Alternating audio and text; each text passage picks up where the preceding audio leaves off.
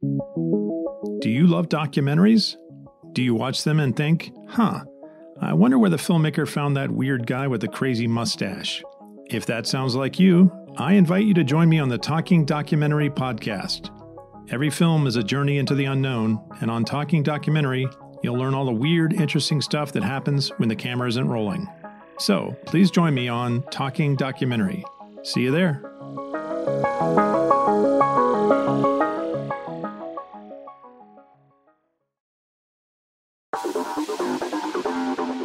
After the success of the first film, New Line and Marvel were immediately interested in making another Blade film. Director Stephen Norrington chose not to return for the sequel, which gave New Line production president Michael DeLuca the opportunity to offer the position to an up-and-coming director who he admired, named Guillermo Del Toro. The producers were fans of Del Toro's dark sensibilities, seen in his early films like his Spanish-language breakout Kronos and his first American film, the creature feature Mimic. As a fan of the first film himself, Del Toro did not agree that vampires should be tortured Victorian heroes. Instead, he aimed to make vampires scary once again. Wesley Snipes happily agreed to return to the role of Blade. Also returning, despite the fact that his character died in the first film, is Chris Christopherson as Blade's mentor and weapons specialist, Whistler. A future Del Toro staple, Ron Perlman, joins the cast for this film as a Nazi-esque leader of a band of expertly trained vampires known as the Blood Pack, along with other newcomers Norman Reedus, Luke Goss, Leonore Varela, and Thomas Kretschmann. Blade 2 became the highest grossing in the Blade series and is considered by many to be just as good as the first film. But what did we think of this movie? Get ready to dive headfirst into a pool of extremely watery blood, carefully remove that spiky bomb from the back of your head, and be sure to grow your weird thin chin strap all the way around, because we watched the second movie in the Blade series of films. This is 2002's Guillermo Del Toro classic, Blade 2. This is a show about franchises. Vampire movie franchises. You're listening to License to Watch. Why in the world was this movie made?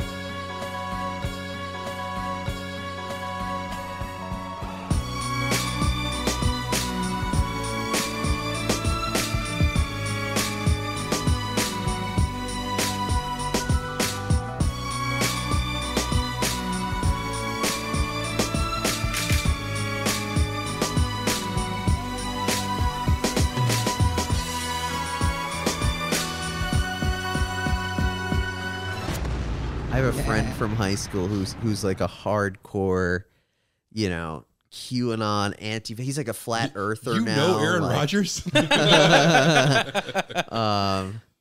yeah. What's up, Suraj? It's me, Aaron Rodgers. Why is he a wrestler? Hey, it's Macho Man Aaron Rodgers. It's Macho Man Aaron Rodgers.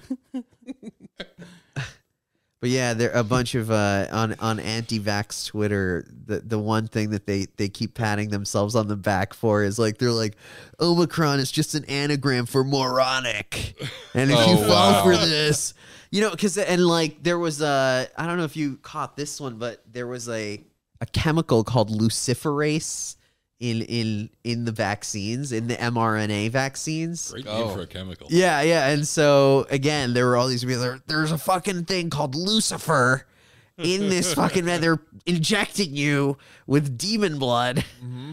And I thought it was a demon sperm that they had to inject you with.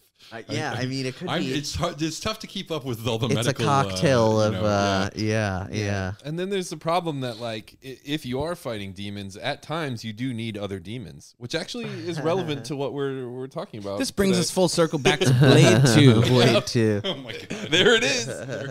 Landed it. If you stick the landing, it doesn't matter. Yes, today we're talking about Blade 2. The second part of perfect trilogy. I don't know. I mean, is that a hot take? It might be. Joining us today is our good friend, our USC pal, a writer, a director, sexiest man of the year. I don't know. Suraj Das. How are you going? Hey, how are you doing? How's it going, Matt? How's it going? And how are you doing? That's what I meant. I combined the two. I said, how are you going? Who are you going? Who you go? I'm doing good, I mean, it feels good to be out of the house and well, you're in a house. Breathe the same air as my friends, and that's got its ups and downs. not worry too much about killing everyone by virus at least. We're enjoying this window between. I have a feeling we're about to enter into another phase of bullshit. And I, for one, welcome it. Yeah, I'm at my best when I'm locked in my house. I gotta say, like that time that you texted me, like my first reaction was like, yeah, I definitely want to see him, but I also felt that just the text alone was like it counted as sort of a hangout. Like I was like, we crossed one off the list. And now we can check back in like 2 or 3 weeks with maybe like a text or maybe like a call or something. Work our way up. Yeah. Call feels kind of intimate though, But that would be too much. Those fish. I'm sorry. Those fish were pretty cool. Matt's screensaver was distracting us. I was gone. I was in that ocean. I'm so sorry. Yeah, the Apple TV screensaver. I don't know if anyone has this, but it's wonderful. It's like 4K images of fish swimming in the ocean. We got mountaintops. We got. I was trying to figure out if those fish were real or if it was like something that somebody animated. I'm constantly trying to figure that out. It's tough to. Airport in Abu Dhabi. Yeah, is that this Abu Dhabi? Is that what it said? No, this is Prague, and I thought so. The cool thing about this opening is that there's so many fake outs. You're like, which one of these homeless looking guys is the vampire? Which one of these deranged lunatics is going to suck somebody's blood? At first you think it's this guy, but then you're like, oh shit, it's got to be fucking this guy. The guy with it in the jar, and then the way Nomak looks at the jar. They do great work. They do a good job of starting on the random homeless dude, and then he goes and meets the guy who we're actually supposed to be paying attention to, who's got kind of a dope, raggedy-ass leather coat, like something Bob Dylan might have worn. And that's how you know that he's definitely going to be the important guy in this movie. This is like a great way to capitalize on like some of the successes of the first movie too. The first movie starts you out with like, oh, enter this world, this underworld, this unknown world that's behind the veil of regular person and vampire. And then this is doing the same thing, but it's taking it to a whole nother level of telling the story of the horrible villain outsider who's being let in isn't the victim, in fact, in this, and that's where the big twist comes. And it's also a great way to tie this whole movie in to the boy band Bros, which is, I think, an important aspect of this beginning, is that they've got this former Bros member, and so like these guys. Wait, who is the boy band member? Nomak is the actor. Yeah, he was in an 80s boy band called Bros with his twin brother. Wow, that's great. Like, so were they similar to New Kids? No, it was just the two of them. Oh, so they were similar to the name Thompson Twins, even though I believe there were 3 people in Thompson Twins. Yeah, I think that I think it was it's Thompson. It's like the Thompson Twins -1. Nice. And then he starts laughing here, even though he was like crying a second ago. Yeah, exactly. That's an important part of the fake out. Oh my god! What the fuck is going on? This guy with his hypodermic hands. I feel like that doesn't get enough play. That blood hit looked awesome right there. All of the crackhead drug addict metaphors are kind of working in a movie that's not too serious, Yeah. Yeah, they do a good job of casting this movie with like Eastern European actors who you've never seen before and will never see again. So it's like another question of like, wait, who is good and who is bad? I'm actually really worried about top 4 on this one because this is. I'm not sure. You're like, what do you mean you hate vampires? You just bit that lady in the neck. Aren't you also a vampire? But I guess maybe not. I've got a hot take. This, although maybe doesn't hold up like we wish it would. Besides the UV bombs or the UV grenades or whatever, is like the best CGI of its time. I would have to know what the other options are here, but I do remember it looking pretty PlayStation-y at the end, especially. There are moments of terrible CGI, particularly, and this is one that Guillermo Del Toro actually has said, apparently in the commentary track. He said the one CGI moment he regrets is Blade and Nyssa fighting in front of the spotlights. Oh, yeah, really? yeah. I like it. Oh my! The Mortal Kombat. It looks very cartoony. I need to talk to him about that. Yeah, no, it reminds me of like, remember the second Matrix movie? Yeah, there was like the big fight with all the Agent Smiths, and he does the spin around on the pole, and it just looks like PlayStation 2. Yeah, you can see that it's just like a PlayStation 2. You make it character. sound like pole dancing. Yeah, no, he's spinning. No, when Neo does the pole dance, and he does the whole thing. It's like the whole Jennifer Lopez thing, and it's very hot, but he looks like a cartoon. It's very hot. And it was the same with like the Spider-Man movies that came around. Yeah, like they had a real issue of the characters looking cartoony when they did like physically unrealistic things. I think these Blade movies have had the misfortune of coming out in the mostly like the early aughts. Like the first one was like the late 90s, but it's sort of a period of movie making where like you just like the CGI was just not quite there. And like the third one is definitely a victim of its time. I saw Venom 2 recently, right after I actually just rewatched this, and I was like, oh no, movies are still just as shitty today as they were back then.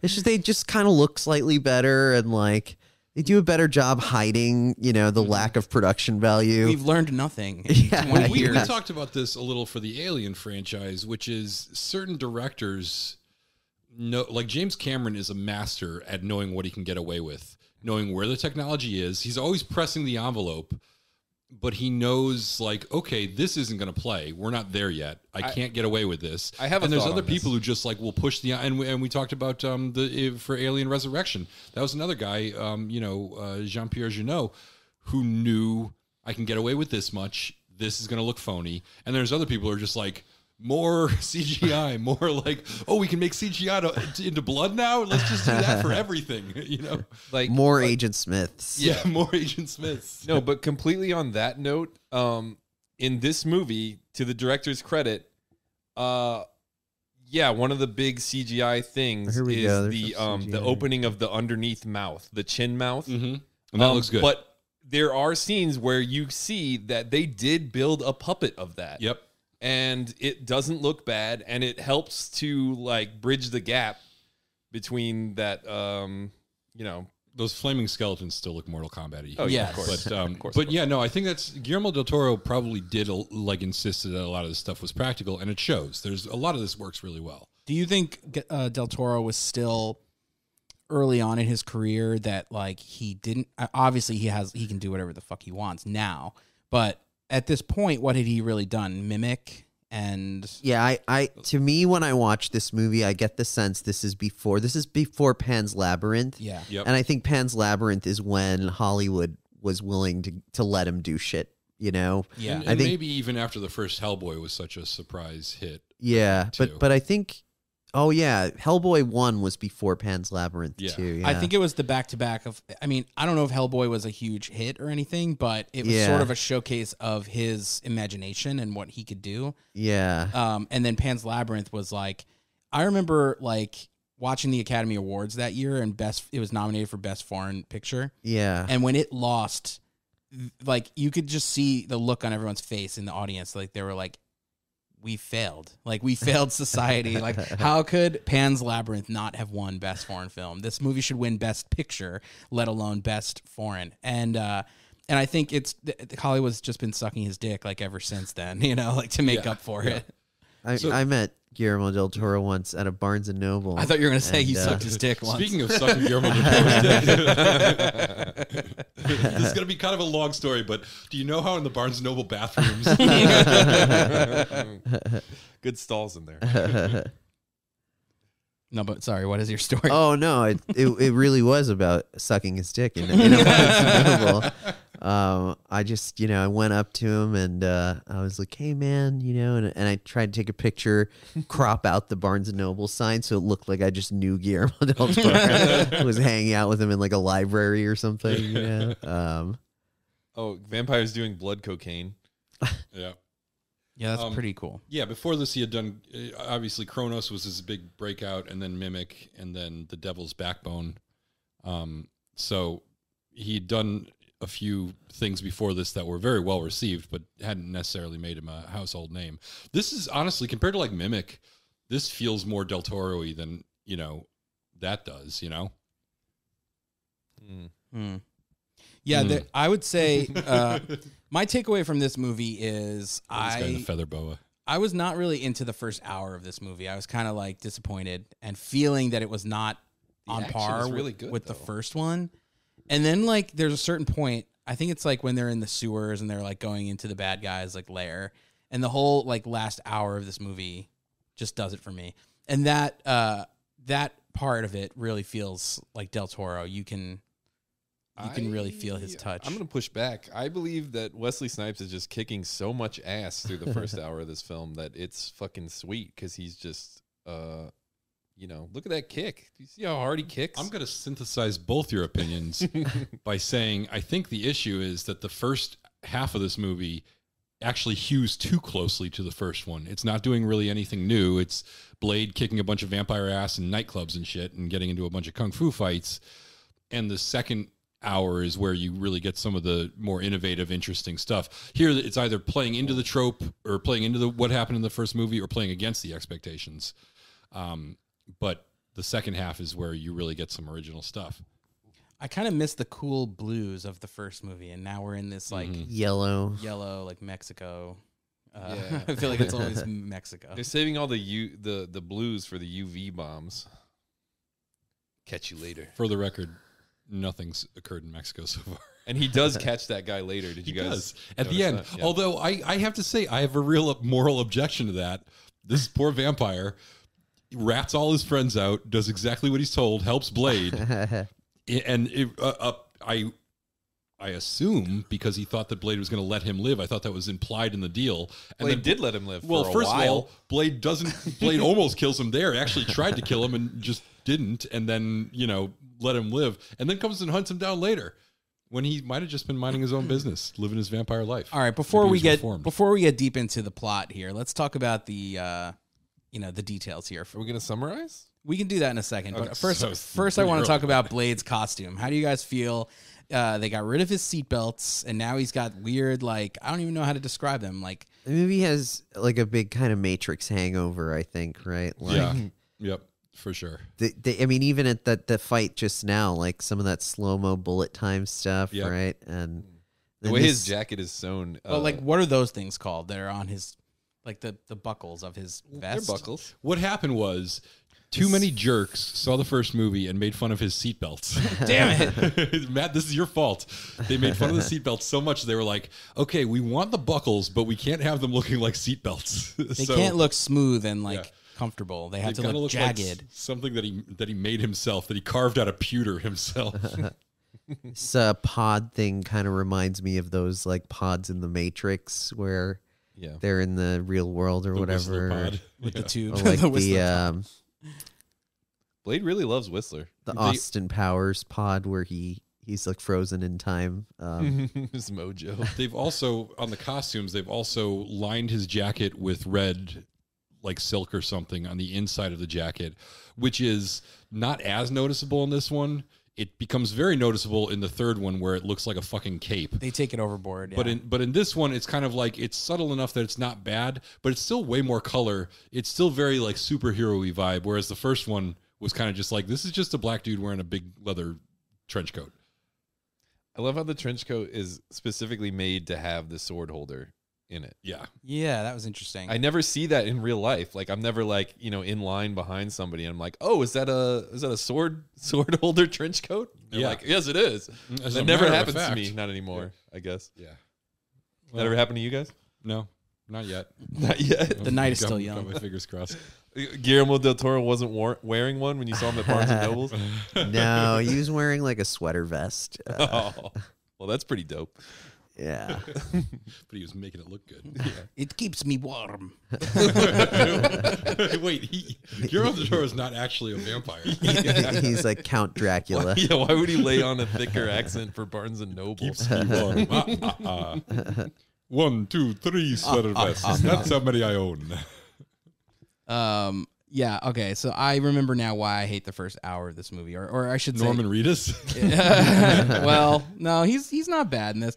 It's Whistler. It's the fact that they bring Whistler back. All the action and the whole like set piece of the beginning is just to find Whistler, a character who died in the first movie. Like he shot himself in the head. Yeah, they kept him around. I mean, correct me if I'm wrong, but the script is not a memorable. This isn't the tight puzzle box that not you quite expect. the I mean, what's I don't know, what's the emotional thrust of this movie? What the hell are we hoping will happen?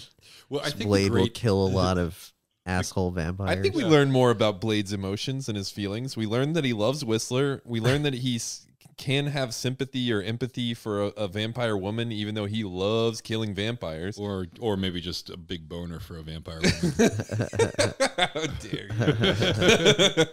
I think we want to talk about the motivation for this movie. I think a lot of it is dick-centric. I've got a red rocket. Oh, why would he compare his penis to a dog penis? It's a blood pun. Just because blood is red? I don't know about that. Everything's blood related. I don't know about this. Oh man. Yeah. He's got a pretty minimalist approach to decorating his apartment. He's just got this red it's not. It's just his little bed, and it's again very like Orientalist. Imagine it's time for Blade to move, and you're prospectively looking at Blade's apartment as where you want to move into next. I'm kind of curious, how much time did Blade spend overseas? Because we never really get any of his backstory, but he's clearly adopted is he like one of those people who did like a semester abroad and came back calling their apartment a flat and the trunk of a car a boot and everything? Like he seriously spent a couple of months in Japan once, and now he's got to live in a fucking dojo. He's like one of these guys who like will say like a sentence and they'll be like, oh, I was walking down the street the other day and I was playing Zelda, which was made by Shigeru Miyamoto-san. Like the one Japanese word in the sentence. Exactly. They go like all out. Just always talking about how something really reminds him of Kyoto. Yeah. But he'd be like, Kyoto. Yeah, like Blade like a Kurosawa movie. Yeah. Full accent. I fully support it. I think it's the right decision. As the guy in this room most likely to do that yourself, I am okay with you. It's also unclear to me in this movie, like, where we are when the action is happening. Like, so the beginning is in Prague. Did they say that?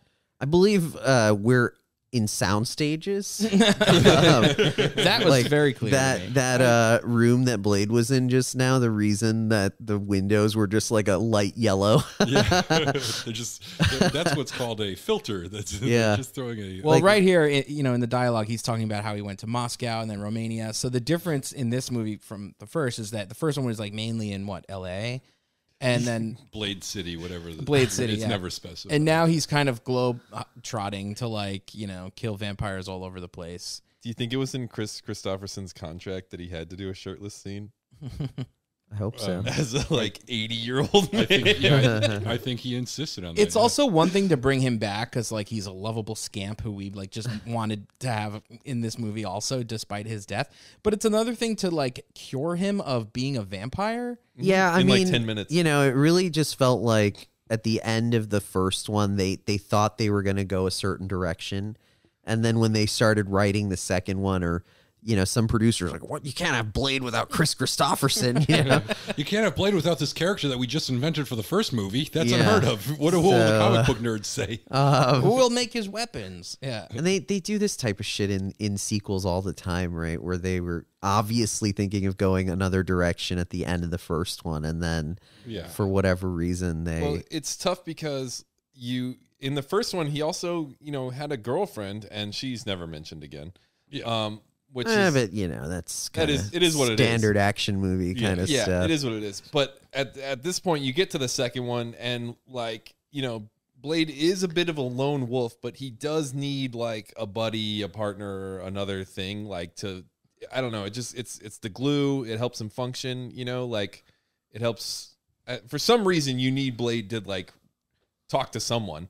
I do think that what they do in the second half of this movie, when they pair him up, he's forced to work with a team of vampires who are training to kill him. Right. So it's like that tension of like, okay, they're my friends for now, but like they're going to double cross me the first chance that they get. Yep. And like shit's going to go down. We're not going to stay friends through this.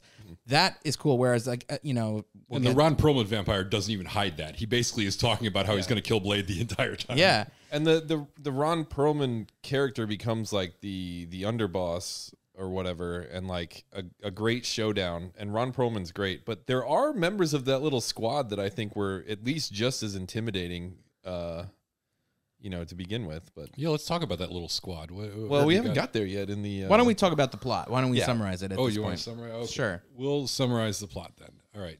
You got a clock ready for me?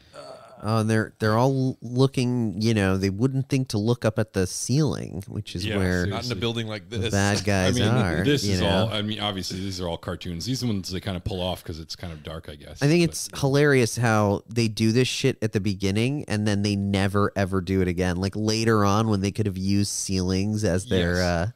Or when they could use a full body suit to protect them from UV rays. Yeah. Like I would have thought, like if you're a vampire, like super combat person, don't you just wear this shit all the time? Isn't this just your deal? This is Guillermo Del Toro loves these like weird kind of scuba skin tight fish outfits. Yep. Like for sure he's fucked someone wearing one of these things. Yeah, he's got the sword holster in the back of his jacket, and the other opening is on the suit. Yeah, the other opening is the zipper. There's just a little zipper near the his version of a furry. Kind of like the gimp in Pulp Fiction. Like right. Now, this is the issue with this scene is that like they actually choreograph a pretty good fight. It's the editing's a little choppy. It's awesome. But they choreograph a pretty good fight. There's two problems with this. One, why are they fighting? Why are they trying to kill him? Like, why doesn't one of them say, "Hey, by the way, we're not here to murder you"? This is all very unnecessary. Yeah, this is purely just their because their audience, they know the audience is stupid and they'll get restless unless they show them some shiny loud, bangs. It's been 8.5 minutes since the last fight scene, and we really need another fight scene. I think this part is great, and I am not admitting to being stupid. Well, that's fine, but I mean, here's where okay. So here's where it starts to get bad. Yeah, though, still looks cool. Everything up until now has been practically done, choreographed, maybe some wire work at the most, but all done practically. And now we get this scene in front of these big heat lamps, right there, where it's video game moves, and they look so cartoony. They don't really get the heft of them right. Like, or the speed. He looks, there's no like, limbs just move at whatever speed, it's crazy. All right, you ready with the clock? Should I do my thing now? I'm ready. All right, Suraj, he's gonna try and summarize the entire plot of this movie in less than 2 minutes. All right, and I will fail. On your mark, get set, Blade. All right, so we open this movie with, I'm not going to start there. So Whistler, Blade is looking for Whistler, who we saw die in the last movie, but he's got to hunt him down, and he finds him in Prague, and he's still alive, and Blade's supposed to kill him, and his buddy Scud says, who's his new sidekick, says we should kill him, but Blade can't do it, so they cure him instead, because science is very murky in this movie, and we're not sure how people can be cured. So anyways, there's also this guy named Nomak, who is this vampire who's actually like a super vampire. He's called a Reaper. He's got like a predator mouth, and instead of hunting humans, he hunts other vampires, and he turns them into Reapers as well. And the vampire king, who's this Romanian guy, or is he's like Greek? He's got a Greek name. Anyways, so he decides that they got to do something with his Reaper problem. So he sends his vampire SWAT team, led by his daughter Nissa, to go make a truce with Blade, and they do in this terrible fight that we just watched. And Blade doesn't trust them, and Scud doesn't trust him, and Whistler doesn't trust him. And they're all like, "We can't trust these blood suckers or suckheads. We can't trust these suckheads." But Blade has a thing for Nissa, and he's like, "Would smash, gonna do it. So they go off to the vampire kingdom, and they get this deal where they're gonna go and team up. So he meets the vampire SWAT team, and they all say they're probably gonna kill him anyways, but they don't. Then they go to this club, and they get in this huge fight, and one of the SWAT team guys gets killed, and Nomak actually, fights Blade to a draw. And then they find out that the Whistler captures a vampire. Oh my God, I'm so far behind. So Whistler captures a Reaper, and they find out they're guided by pheromones. They have a hole in their heart, and so they go into the Reaper nest, and they light off this incendiary bomb that's like a light bomb, but somehow it goes around corners because once again the science is very murky. Oh my God, I'm so far behind. But Blade sets it off, and Nyssa is injured, and Blade has to feed her his blood to rescue her, and then the Ron Perlman vampire kicks Blade's ass when he's weakened, and then they all get taken back to the Greek vampire, who reveals this is all part of his plan, and he's going to use Blade to make the perfect vampire that is also not allergic to light. But then Blade, oh my God, and then Blade kills the guy, and he kills Ron Perlman, and then Nomak kills the old vampire, and then Blade kills Nomak, and then Nyssa dies in the sunlight. I missed a lot of stuff there. Well, Sounds like this that's plot actually is- exactly what they said to pitch the movie to the studio, and the studio greenlit it immediately after hearing that summary. He's Greek? Sure. You I mean didn't understand any of it.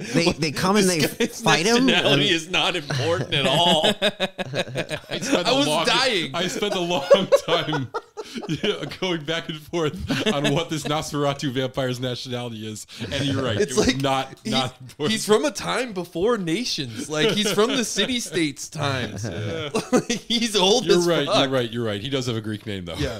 Okay. Also, I love that you said that the Reapers have a hole in their heart. Like this is some kind of Hallmark movie. They just have a hole in their heart that they need filled. No, they've got like Blade completes them.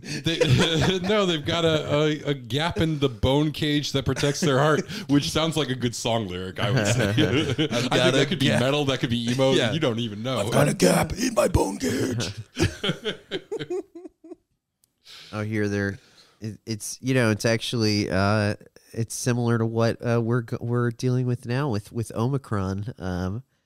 Talking about a virus strain that is Yep, it's expanding rapidly. It's a deviant. It's like a, what do you call it? these like regular vampires are like COVID, and then the Reapers are like Omicron. Yeah. Well, maybe they're Delta, and Omicron would be the vampire that they're trying to make that's actually also immune to sunlight. Yeah. So how old does this vampire have to be that he does not look regular anymore? Yeah, You know what I'm saying? At what point do the vampires turn into that? Yeah. They get more like gelatinous and smooth as they He's every always got a 1,000 sheen years. to him. He's got a little KY glaze. Where's the process? Like all the other vampires are not close to that. Yeah, where's the vampire with like the slightly pointy ears? Yeah. What's the in between? This is like actually what I bet it is he actually looked normal recently, and then he just started doing some body mods. He was like, I want to look kind of more badass. File my teeth down, point my ears. It kind of bugs me that the casting in this movie is not great. That like the guys, none of the who's not great? They're all amazing. no, just like none of the villains are like you want to see a memorable like distinguishable villain like from that. each And you're like, Ron that's Perlman not great. Also, I think Nomak is good, except in the final fight, he's still wearing his like bum clothes, and that kind of makes him look a little less intimidating. Yeah. But I think there is something scary about this, like drug addict type. Nomak is good. Desperate honestly, I was like, I walked out of this thinking like, why wasn't Luke Gosson more shit? Because he pretty much plays this kind of thing in a lot of different movies. But there's something scary about the desperation combined with the deep desire for revenge. yeah, I thought he was pretty good. And he's like the one Reaper that doesn't have that isn't like a mindless, because the other ones are kind of like mindless zombie monsters. And he's like cool. He's like, he kind of looks normal and he could talk, and it's like, hey, he's like kind of the Caesar of the. Yeah, it's like, who's this hot homeless guy? No, he's actually a terrible vampire. No one called him hot. But I think Suraj is with me here, right? Yeah. Don't you wish that like absolutely, Nomak, Greek Dad, and even the sister, like I wish they were like familiar faces that or First of all- even just left more of an impact. Like one of my big issues with this movie is just later on Nomak kind of gives him this speech about how the usual you and I are the same thing and whatever. And classic. So we're saying Nissa is not good either? Oh, Nissa's terrible. No. That's the one. That's the one time I will agree with you guys. She was not great. She was fantastic. But like, by the way, Greek Dad is played by a guy who's the same age as Nomak. yeah, you can kind of tell in the close go of ahead the and get guy's Al Pacino eyes. for it, but he's still going to be buried underneath a bunch of prosthetics and makeup and shit. What's the point? You might as well just but much like Jared Leto in the Gucci movie, like you want to be haven't seen. Yeah, but I've seen the trailer. You want to be like, whoa, that's Jared Leto? Sick. I can tell by his charisma. No, and just I think it's partly the writing, and partly the performances, but I think it's just no one feels like the big bad, no one like Right. You have a hard time placing like who's going to be like this, paramount challenge for Blade to fight at the end of this movie. Right. Good point. Is that possibly a byproduct of? I mean, well, I guess I would push back a little in that Nomak is the big bad in this movie. Yes. Even though he's not the mastermind of the whole thing, he is the big bad because we actually get the earlier scene the scene in the club, which is coming up, where Blade fights him and realizes that Blade actually can't take him. He is actually a better fighter, stronger, and would have won if the sunlight didn't interrupt their fight. And so I think that there's and then in the end, he almost gets Blade again. So I think they build him up as a good character. And actually, I thought Luke Goss was pretty good in a limited role. It's mostly a physical role. I thought he was good. I would say that I think some of this is a byproduct of the way the plot is split up, where it's like he's teaming up with the vampires, but then they're double crossing him. And then the real big bad is actually the Greek Dad instead of Nomak. Yeah, I'm going to keep on calling him the Greek Dad forever. Now. Yeah, He is. Wait, It's so very funny. we're at the scene now where Blade is meeting his coworkers at Hot Topic. Ron Perlman's doing a lot with this. I feel Ron Perlman has done a great job. He leans in hard. Yeah. I gotta say the haircut is doing a lot with him. Because he has the equivalent of a bald man's chin strap on the back of his head. It's like a thin line that runs around the back of his skull. I didn't get this joke or whatever. Like, can you blush? I don't get it. Like, It's like a black. racist thing It's a people racist used to thing. say. oh, okay. And apparently that's something that Wesley Snipes said. Somebody asked him, okay, I once see. That's like asked him in a bar. That's like a classic 50s racist thing to say, but they're like transporting it over to this interaction because He's supposed to be a Nazi. The original story was that Reinhardt was, and they were going to cast a German guy, and he was going to be like a guy that was just a long surviving Nazi vampire. I see. Thus the name. But then they cast Ron Perlman, and a lot of that doesn't make as much sense. I love the scene though where he keeps on slapping him. Yeah, great. Like he's been staking vampires so long that he can do tricks with a stake. Yeah. I like how at the beginning of this scene, like when they first show the team of vampire guys or whatever, that one lady's just like caressing her boyfriend's like pecs. And like she kind of looks up like she was so busy caressing his pecs she didn't even know what was going on. Oh, I'm sorry. I didn't see you there. There's a scene a little earlier where he's injecting himself with blood or something, right? Like, and then Nisa walks in on him. Yeah. I've got a question. What about this rectangle glasses guy with the long hair? Should I switch my style to try to look like him? I kind of feel like you're close, and you should probably go for it. Just go for You're it. very close. It's the next phase of life, I think. Yep. It bugs me too that like they introduced her, what's her name? Nissa? Yeah. Her and the other guy, this guy, what's his name? Assad.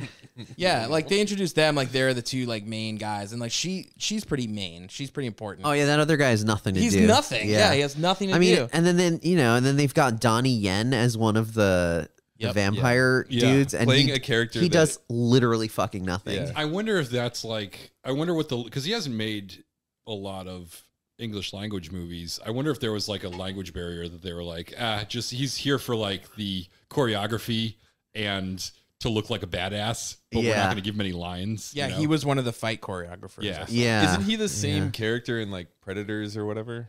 I've seen him be the same guy in another movie. You're I'm, thinking like, of almost sure. Rogue One.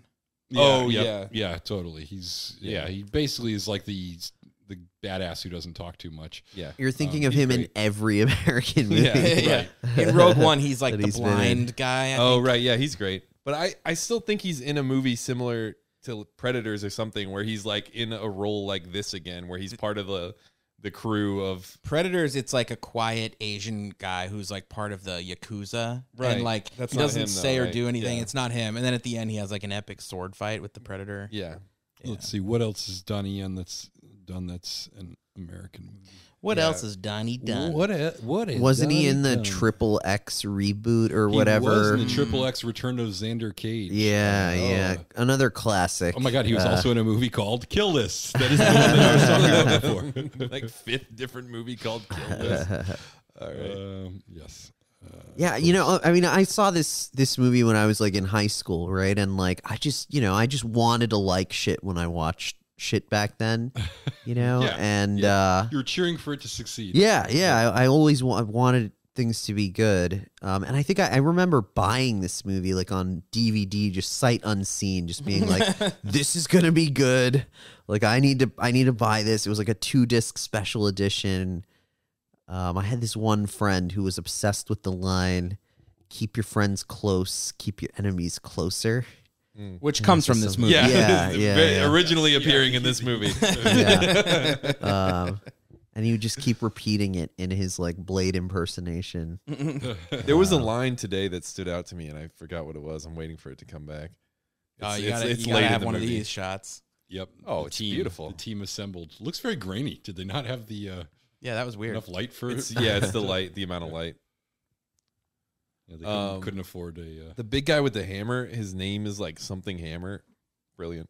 light hammer. Light hammer, yeah. He's played by Daz Crawford. Yeah. And he's got like Samoan like face tattoos or something. Yes. Is that what that is? The actual actor doesn't, though. He's just a very tall guy. Or some kind of Pacific Islander. I don't want to Yeah. say it is Samoan or whatever. Suraj, when I first asked you if you wanted to be a guest for this episode, you had some pretty nice things to say about this actress. Oh yeah, I think the reason I even knew what this movie was, or this movie was on my radar, was because when I was in high school, like it was hard for me to have like Maxim magazine around my house because I had like sisters and parents and shit, and I lived in a thought that was small gonna get a lot house, worse. It was hard for me to have Maxim magazine around my house because I just could not stop. I just couldn't stop. Yeah, I just But, kept on like, touching myself, somehow- and my parents were like, "Why? We have company. It's the middle of dinner. That's so bad. But Jessica Alba." But yeah, I had this one issue with this one woman who was on, and so I think that was another reason why I was like, I just really want to like this movie. She seems like a nice lady. I agree. She seems really still sweet. agree. And What is her name? Do you know her name? Leonore Varela, I think. Yep, Leonor Varela. And What- the I feel only like- other thing I know her from is she was the original Marta on Arrested Development. Oh, the, shit. The Yeah, maid yeah, that yeah, Buster yeah. has an affair with. Yeah. Oh, interesting. But then she got replaced after what the else is she in? first I feel season. like I've seen her in something else. I guess I could look it up. Taylor of Panama. Oh, sure. A great Brosnan joint. Oh my God, what is going on right there? And like this is- Vampire Fun It's Games. this is typical vampire club stuff. You're carving out some meat from this guy's back and just eating it, and I don't think she was in anything else. I mean, she's in a lot of stuff, but I don't actually recognize any of it. So There must be something. What do we think of Scud in this? And he's wearing a Hellboy T-shirt. I don't know if anyone realizes that. Oh, wow. I think everyone who read the trivia realizes that. I don't like Norman Reedus, and I'm not sure he's a good actor. Oh wow, hot take.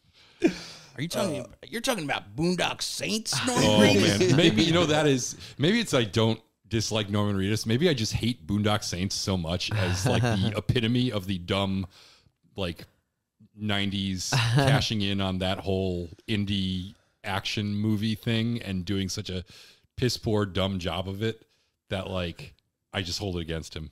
Yeah, this is post that though. It is. So that's a strike against him then. I love how like well lit this place is for what's going on. You know, it's like the people just like carving into other people and eating them and stuff, but it's like pretty well lit for a nightclub. Also, there's heavily armed men pointing guns across the dance floor at each other. and nobody seems to notice. No one gives a shit. But it's all vampires, right? Yeah. That's why. No one cares. Also, like, none of them recognizes Blade from, like, being the most famous vampire killer in the world. Right. Well, again, are they in Europe right now? Look at Like, these. where Look are at they? these dance moves. Like these people are just. These people are just rocking out. It's very MTV grind right that now. Blonde girl Yeah. that like passed in front of Blade, she was really good. Because everyone remembers that in the first movie, he walks into a rave type dance party situation. And the record scratches and everyone like backs up because they're like, oh shit, it's Blade. He's here to murder us. Maybe they just told these people like, hey, listen, we got a Blade truce going on. So if you see Blade around, don't try to kill him. Yeah. Or maybe they think it's not Blade because he's with them. You know, like he's clearly with like real vampires that like are real badasses with a bunch of guns. So if he's just like hanging with them, then he doesn't. Then maybe that's just a guy who looks like Blade. I think if they were going to sell that, then Blade would have to be dancing. I think if Blade was like dancing, I think they'd be like, "Oh, he's cool, he's down." I'm sure he was asked to dance, and Wesley Snipes was like, "No." I carry a big hammer. Yeah, this guy, and like his girlfriend is literally just his girlfriend. Like that's what her character is. Yeah. Well, no, she's also got the red wig. Right. How that's dare like two I? things. Yeah, We know that's a character thing. We know she likes the color red. David S. Goyer wrote in the script, this guy's girlfriend has red wig. This Makes guy's sense. crazy looking. Yeah. Yeah, he's one of like the troll zombie reapers. Yeah, they're doing a great job of like the physicality of like, you know, creeping around like some kind of like bloodthirsty. They also don't make a big enough reveal for me of the like chin opening up thing. Like, it just kind of happens subtly. Like, I would have made a moment out of that, you know? Well, it also just seems arbitrary when it happens and when it doesn't. Like he bit that lady at the very beginning, just the way a normal vampire would, and then later he's got to open his whole. Well, and when he was about to bite the guy in that scene, and we see the close up of his mouth coming out, it's like we see all the tentacles and shit. Yeah, in his which but that's don't that's the time to do your big reveal. moment. Yeah, it's like, oh my god, his chin opens up. Holy shit! Yeah. The Krispy Kreme product placement really puts it in its time as well, I believe. It does. This was all the rage. Couldn't even get him. Sold out every day. Just lines around the block. I remember one opened up by my high school, and me and my friends used to skip out like at lunchtime and go like try to make it there and back in time because you only have like 35 minutes or something. Like I forget how long a period was, but you'd get there and like that light would be on, like that the donuts are warm, you know, and it was like, oh, today's gonna be a good day, fellas.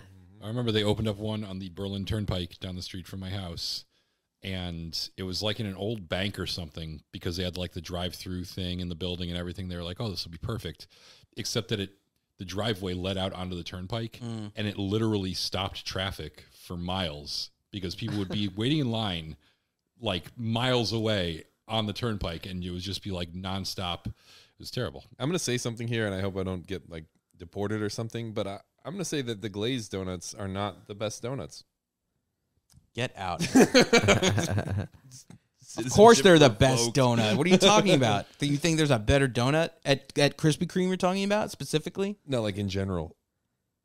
Oh, you're saying just in general Glazed donuts are not the best donut is your hot take? Yeah. You know what? I know you're being kind of sarcastic, but I think I want to push back on that a little because glazed donuts are fucking awesome. I'm not being sarcastic. I really feel this way. Well, I mean, I'll take a chocolate glazed donut. I'll take a jelly donut. What about a chocolate without the glaze? A chocolate's fine. Well, that's a good donut's donut too. Fine. My normal order is a glazed and a chocolate frosted. Chocolate frosted. Chocolate You know what's frosted. wrong He's is- talking about yeah. a chocolate donut. Like no chocolate. Oh, donut. no, no, Yeah, no. that's- Nobody wants a that's chocolate disgusting. donut. I do like the. We can all agree that Yeah. nobody's eating a like cakey chocolate donut. I do No, like yeah. the blueberry cake donuts, but I do recognize that those are not the mass appeal donuts. Yeah, no cake donuts, please, for me. Just hard pass on the cake donuts. No, I think glazed donuts are actually the best. I mean, I guess I could concede that chocolate frosted is another viable option, but glazed donuts are the best donuts. Well, see, if we're gonna go into chocolate frosted, we need to talk about sprinkles and what they bring to the equation. Texture. No sprinkles, please. That was a great close up of that guy. He like turns around and looks at him. He's just like, "Hey man, I got you, buddy." Yeah, some of these guys look really good. This guy looks gnarly. This whole scene is great. Like this is probably the best, the most fun scene to film. Like a giant rave party with all these guys creeping around. You've got your whole blood pack in full costume. You I know, don't get the whole Scud thing though, because he's out in the van and he feels threatened. So what does he do? He goes out of the van and then he gets right back and then gets right inside. back in. That's dumb. Yeah, Dumb. Scud's dumb. it's a bunch of nonsense. well, they did they got kind of to fill the time. They did get me with the Scud, double cross. The at reveal the that end. he's a But how traitor. old were you when you saw this? Oh no, I mean they got me like recently. Oh, they got you just now. The last time I saw this movie, I saw it in the theater. Like, I was probably in like 8th grade or something when this came out, and I just have completely forgotten everything about this movie except for that their chin opens up when they eat, and that Ron Perlman is in this movie. Those were the two things I remember. Yeah, that seems about right. Yeah. Why did he flip all the way over when he got shot? Sorry. The Scud thing, I guess I can't remember if it surprised me when it happened, but it is a good. They do. I'll say this, even if it doesn't surprise you, they make a meal out of it, and it's a good reveal when it's like they reveal that Scud betrayed him and that Ron Perlman's like detonator thing in the back of his head actually isn't active, which is cool. But I think it's like even better when then Blade reveals that he knew all along. It's like they just play it out really in a fun way and kind of nail it. I remembered that Scud was the traitor, but it takes so long. They build up to it so well that I was like, when is this going to happen? I basically gave up on seeing when he became the traitor. Watching it now, I was like, okay, I know Scud's not in the third movie, so he definitely dies in this movie. And then when it happened, I was like, oh, yeah, that makes sense. I think part of the reason it works well too is because they kind of play up the relationship between him and Whistler so that as the audience, you're kind of like, no, you guys should get along. And why are they constantly at each other's throats? If they work together, they can make the best gadgets, Yeah, and then when Scud turns out to be bad, you just feel that betrayal that much more. Exactly. Your they heart make you sinks. think like, he's going to be part of the team because they don't like each other because it's a young guy and an old guy, but they come to respect each other because they do the same job and they have the same interests. And Norman Reedus kind of looks like he would grow up to become Chris Christopherson, So like, I feel like there's a burn on Chris Christopherson, but I feel like that's a direction they could have gone in this, where he's like, "I'm your son, I'm your dad." Yeah. I mean, they have like the same haircut. They've got like the goatee, but like this is another issue I think this movie has, that like the characters look so samey. Like the guy that shows up with Nisa at the beginning, like he's also got like a leather trench coat and a goatee. Yep. Leather trench coats and goatees are kind of the look for everybody. It's just a variety of what type. This guy's got chainmail on. He kind of looks like Bennett from Commando. This guy who's the only other thing I know him from is he had a big part in the first Fast and the Furious movie and then disappeared. Oh yeah. But maybe they'll bring him back in like Fast 46 or whatever the hell. They're just bringing back everyone, now. right? Dead or alive, it doesn't matter. That was around the same time as this, wasn't it? The first Fast? Probably. So this guy was like a hot commodity. He thought his star was rising. He was like, oh my God, I'm going to be a big, huge He's in a peak moment. Yep. What is the deal with Lighthammer's hammer having a retractable spike in it? Like, he's carrying around a sledgehammer that's about the size of a normal human. And for some reason... Oh, this is kind of cool. Oh, it's so nasty. It grosses me out. That is Why are their guts so yellow? Is the part where the Reaper's entrails It's a lot of nitrogenous waste and urine, basically. They're pretty much just urine sacks. Yeah, they're gross. When they dissect one later, nasty. Oh, yeah. That's when this starts to get good. When they start to like adding the gore elements and stuff. Like that's where Del Toro shines. Yeah, like I said, up until this point, it is pretty much just a standard. It's the same as the first Blade movie. Yeah, it's like exactly. just going from action sequence to action sequence, which isn't bad. They're all really well done. I even think they've at this point where we're at right now, during the action part of the end of the rave scene, we're now getting scared of these things. Like they're kind of scary and like nasty. Like they're taking out the blood pack. Regis is like on the edge of dying, or what's his name in the? I forgot Scud. Called the Scud. Blood Pack. Yeah, that's kind of good. Yeah, Scud's on the edge of dying. Is Blood this- pack members are like dropping left and right. Was that guy a blood pack guy? The guy with the long hair that he was just killing? Priest. Yeah, he's the first to go. I'm not sure how he was gonna, like, if the blood pack went up against Blade. I'm not sure what his role would have been in that scenario because I don't know. Some of the blood pack are maybe not as intimidating as others. I'll say that. Definitely, when Priest right now being eaten is definitely not intimidating. This is like the least intimidating. His sunglasses were great. Oh, there's the reveal right there. Oh yeah. It took until an hour into the movie for us to see that. I don't mind that. I think that's good. I think like we've built up to like, are these guys like really a big threat? Do you think the movie works as horror really? Like, or would you say it feels like an action? It has horror elements. That's Yeah, what I would for say sure if it has horror elements, but pushed. like I don't think it can.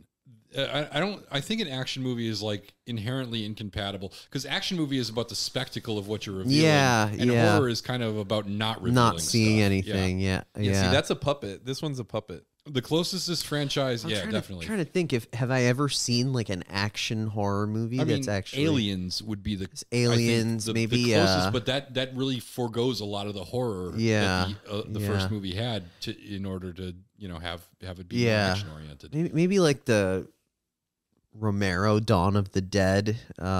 Maybe that kind of counts as a kind of, but kind of like an action horror I guess, kind of thing, or a Shaun of the Dead. That's a point where you're kind of splitting hairs. between that because it is kind of I guess that would be the closest to a balance. Yeah, I'm trying to think very like comedic though.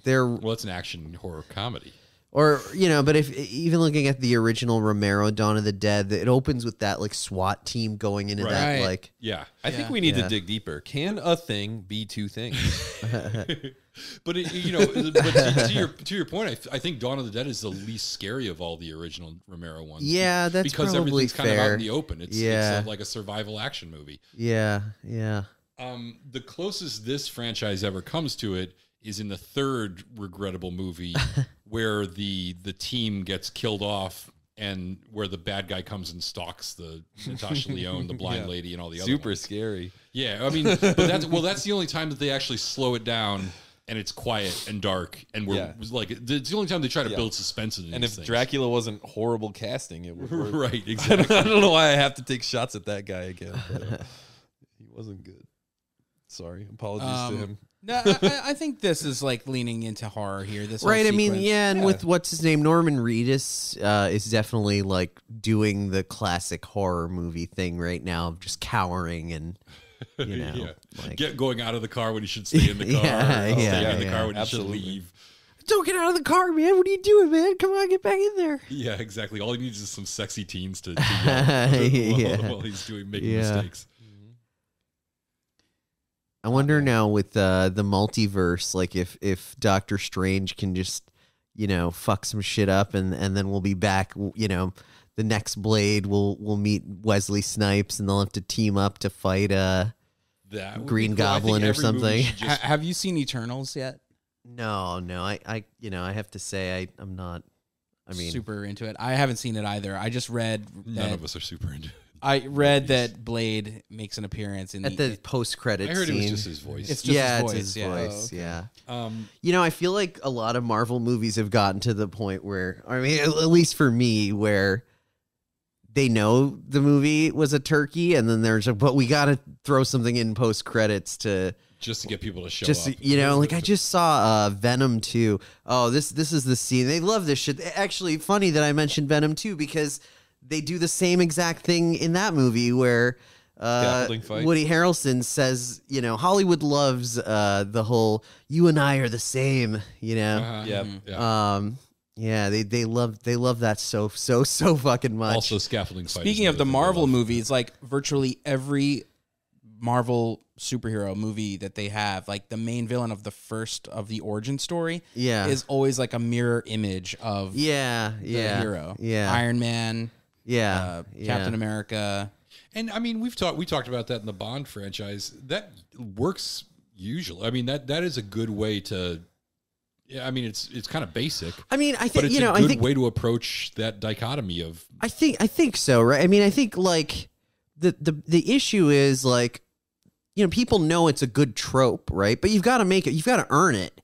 You got to make it work, right? You can't just have the villain show up and be like, "Hey, we're the same," Like the audience should feel that they're the same. So, like coming into this scene, actually having a moment where they say they're the same is kind of like I mean it's meaningless. It doesn't mean anything. I want a movie called "You and I Are the Same." 70% of all the dialogue in conversationally starts with the line "You and I are the same." I think, Colin. I think it's "We're the same, you and I." For some reason, you have to have that construction with the comma. Right. Like leading up to this scene, like did it ever occur to you up until to go like, oh, you know what?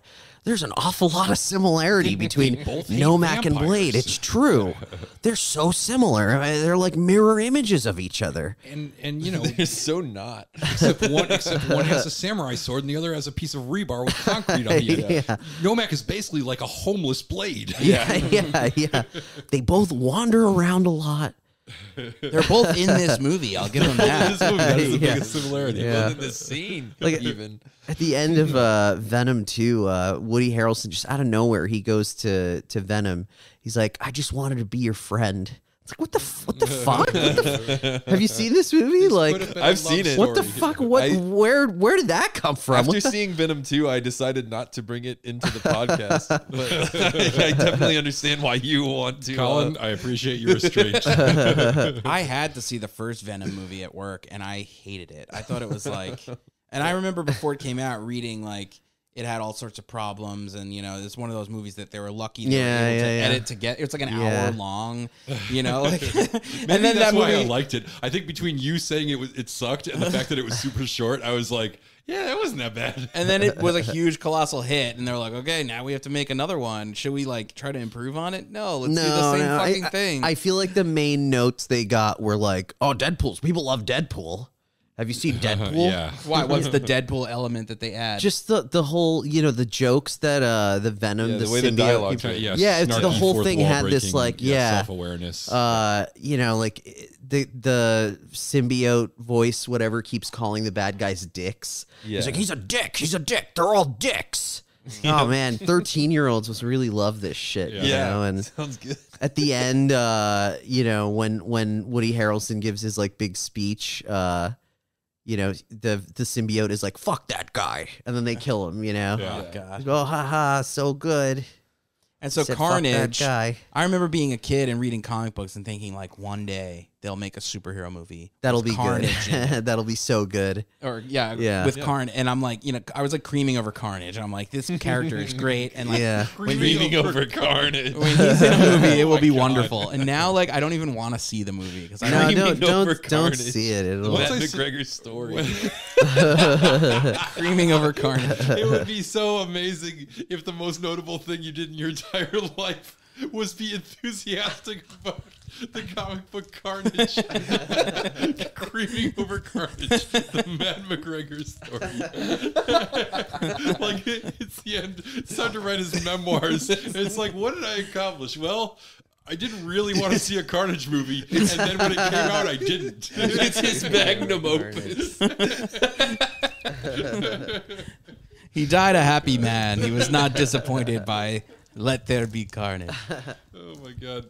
Yeah, it's kind of like one of those things where you see Woody Harrelson's wig and you're just like, no, hard pass, sorry.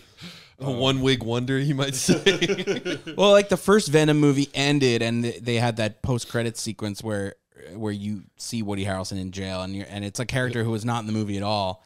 It's like, what fucking audacity does a movie have to like say like, hey, this movie was so good, we're definitely going to do a sequel, and here's the new villain that you don't even know. So at the end of the second one, they realize they're in the multiverse or whatever, and like he turns on the TV and Tom Holland is being revealed as Spider-Man from the end of whatever the second. If I'm not mistaken, he goes to sleep and then wakes up, and then he's woken up, and the multiverse is real, and he's confused because he's like, I'm not in my universe. Yeah. Sorry, this Reaper is eating blood jello right now. It's like he's like infirm. He's like a. And honestly, it's probably cherry, which I'm not sure that's a good jello flavor, but it does kind of look good. I haven't had jello in a while. I'm gonna push back on that and say cherry flavored anything is usually the best flavor. It's a smart choice. It's a good Jello flavor for sure. I'll buy it. I just can't remember ever eating cherry jello. One of my other great disappointments in life is like eating a candy that you think is cherry and then you find out it's watermelon and it sucks. Oh no, watermelon's a good. I mean, it's not as good as cherry usually, but watermelon's pretty good. Watermelon's not good if you don't want watermelon. Well, no, it's the shock of it. It's like when you think something's gonna be a lime and it's sour apple, or vice versa. Oh, sour apple's always good though. Or when you think that jelly bean is going to be black licorice, and it turns out it's like some kind of grape or something. Blood hot tubs. They're in this movie. Blood is super I wish they had jets. I mean, wouldn't you take your robe off though before you go in? I would. No. I guess they want the blood stain on the robe. Then he just sucks his robe later. Yeah. Ew. He just wrings it out into Wring his it mouth. out. Wring it in my mouth. But like, why don't they have jets in the blood hot tub? You know, like I like to see him. Like we see him go in. But I'd like to see him like fully lounging in it. You know that he just turns one of those like knobs, like a timer thing. It's like leave me alone for 30 minutes. Back with like a blood daiquiri. Yeah, exactly. That posture where you have your arms as wide as possible. Exactly. They really could have went further. They've got blood jello, blood cocaine, blood jacuzzi. What else blood related could they have? I feel like they had this meeting before the movie, and they were like, "Hey, we got to list 3 things." They just had like a dry erase board, and they're like, exactly. "All right, we need more. We need more. Come on, guys. What else do I have?" Some guy in the back was like, "Blood bidet," and they were like, "Shut the fuck up." Blood turkey, is that a thing? Blood bus, blood yelling out random words. I got a random question. Speaking of the Marvel stuff, I don't want to get back in the Marvel thing. Are there vampires in Marvel like now? Apparently, yeah. Because what's Blade gonna do? But that's what I'm asking is like why? I mean, I know I don't want to poke holes in this thing where it's this ever expanding universe. Well, you know, part of it I think is this. There's this whole marketing machine that just keeps telling everyone they're doing it so well. Yeah, you know, they're like, you don't understand. They've done it so they have gods, they have aliens, they have this, and they've melded it together so well, so seamlessly. Like, I don't know, you know, they keep they keep kind of retconning everything, right? So it's like the reason the Eternals didn't, you know, appear in the last 76 movies is because they promised. You know? Right? Yeah. That I don't. That's why I don't want to see Eternals, like that part.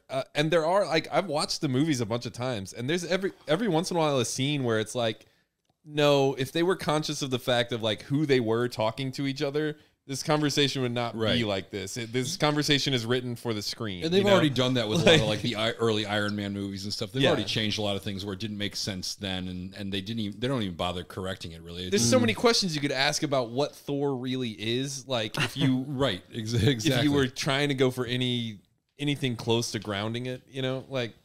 But I think the biggest problem they're going to face is they've committed to soft reboots and everything. You know. So, like, if there's a new Captain America, he's got to come from within the universe, and not giving yourself the out of the hard reboot is you're in for a like if things go sour. I think that's why they're doing the whole multiverse thing because it'll give them leeway to just be like, oh, but they're not in the same universe anymore. Now he's gone off to his own universe. They basically spent all this trouble, 40-something movies or whatever, having this unified universe, only to be like, oh wait, this is a terrible idea, and then just turn it into a. Well, but now if you think about it, they get to kind of have their cake and eat it too, because like whenever it serves them, they can like, oh, they're in the same unit. We need more money. We need these two characters to meet. Hawkeye and Venom. Yeah, they're hanging out. You know, oh no, but then they're going to go. But not Thor and Venom. No, they're going to go back to their own universes at the end. You know.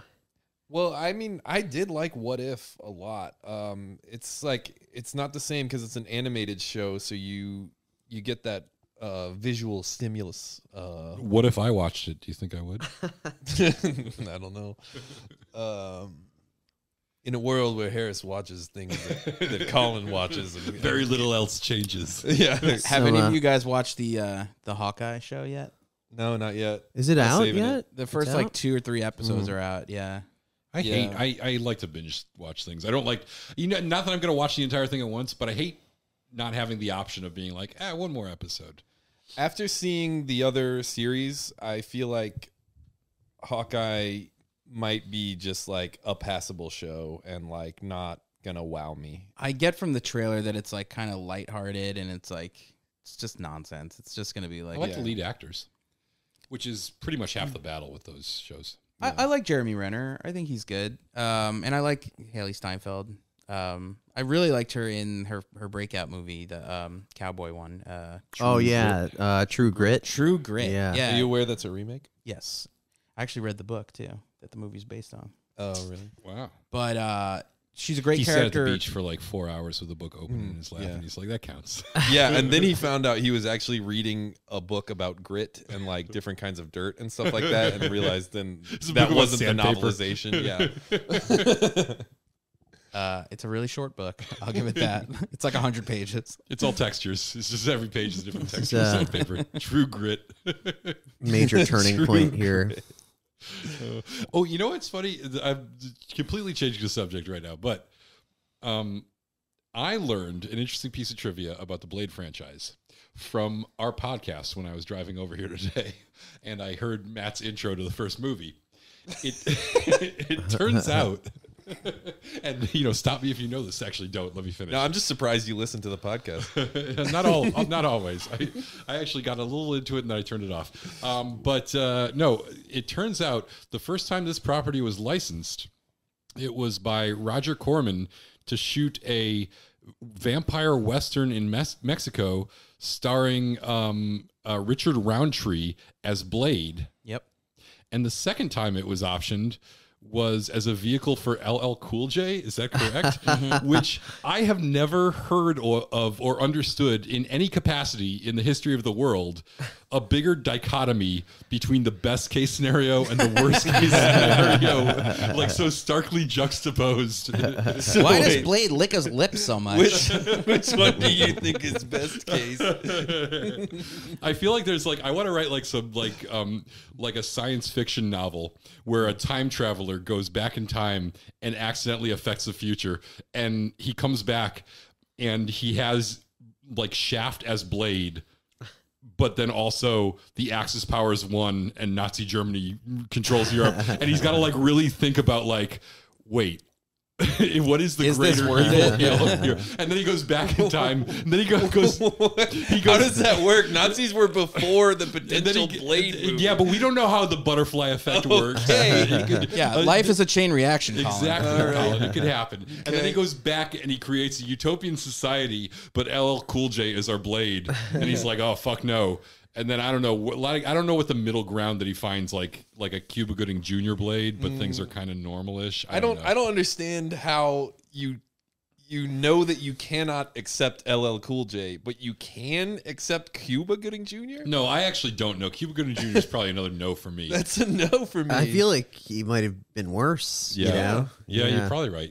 I was trying to think of an actor around the same era.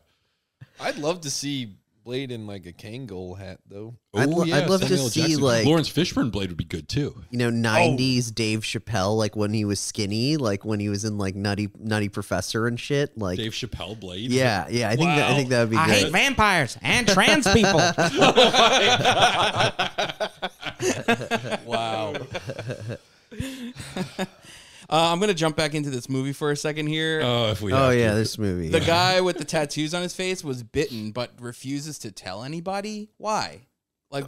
So that he can turn into a vampire later. And it's so dumb. Just be like, yeah, I'm bit. They would have had to murder him. Yeah, they would have killed him. I guess that it's makes to sense. lend some pathos. And he has to stay alive because he has a girlfriend in a red wig. He thought he could rub some dirt on it and just walk it off.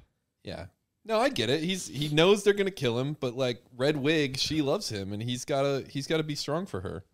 That's exactly it. All right, boys. I think it's time for top 4. Okay. It's gonna be a short one this week because we've already played with Ron Perlman, I think, for our Alien Resurrection episode. Yes, I think so. We've already done Wesley Snipes, and everyone else in this movie I think you're gonna pick Norman Reedus. has not done a lot of shit. Wait, do I say his name right? Is it Rebus? It's Reba McEntire. Reba McEntire. Reba McEntire. I've seen his show. Well, Norman Reedus, what movies? He hasn't been in anything. You can tell me Death right Stranding. now all his 4 biggest things. Go. Yeah, it's, Harris. Boondock Saints. Yep. It's Walking Dead. Yep. It's this. Yep. And it's Boondock Saints 2. Yep. Oh my God. That's it. You already looked it up? Hey, nil top 4. I'll go back to confirm, but I'm pretty sure that's what it is. He's in like this PlayStation game where we have Death to Stranding, carry like a fetus or something across like a barren wasteland. Is that what that's about? I think that's what I'm told it's about. Well, I've heard that game is That's why pretty I haven't rad. played it. That's why the it's about tagline- Norman Reedus carrying a fetus across an empty landscape. That's why the tagline is Fetus and Reedus. All right, Guillermo Del Toro, the director of this film. That's also a good name for a cookbook store. Shape Wait, of what? Or Water. Reedus and Fetus is a good name for a cookbook store. Cookbook store. Wow, that's good. Yeah. All right. So, Suraj, the way we play this game, you know, when you go to IMDb and they show you 4 movie posters of like the 4 movies that this person is like most well known for, those are their top 4. Oftentimes, it doesn't make sense why those 4 movies are their top 4. So we play a little game. We try to guess. We try to guess. Okay. So you get to guess one movie, and then you'll get it right or wrong, and we'll move on to everyone else. Okay. So hold on. Let me get set up here. Okay. Okay, I'm ready to rock. So, Suraj, your first guess for director Guillermo. I have such trouble saying his name. Guillermo Del Toro. I want to bail every time. I think You can call him Gizmo. Every time I start saying it, I'm just see like, am my I going to phone, pull it can't off? No, I can't see your phone. You can call him Gizmo. That's like a nickname for people named Guillermo. Is it? I Really? feel like that's something you might have made up. No, it's on What We Do in the Shadows. And also, you know, I knew it before that. Yeah. All right. I'm gonna say Shape of Water probably is one of them. That is correct. Very good. Good. Colin, you're up. Hail boy. Oh, damn. I was going to say that too. Very good. That is correct. I Nice. think we're going to knock this one out and be done pretty quick. I am going to say, oh, jeez. I am going to say Pan's Labyrinth. That is wow. correct. Three We're for 3 for 3. Is that it? Oh no, Keep going, there's Suraj. still There's one. one more. Is it my turn again? Yes. I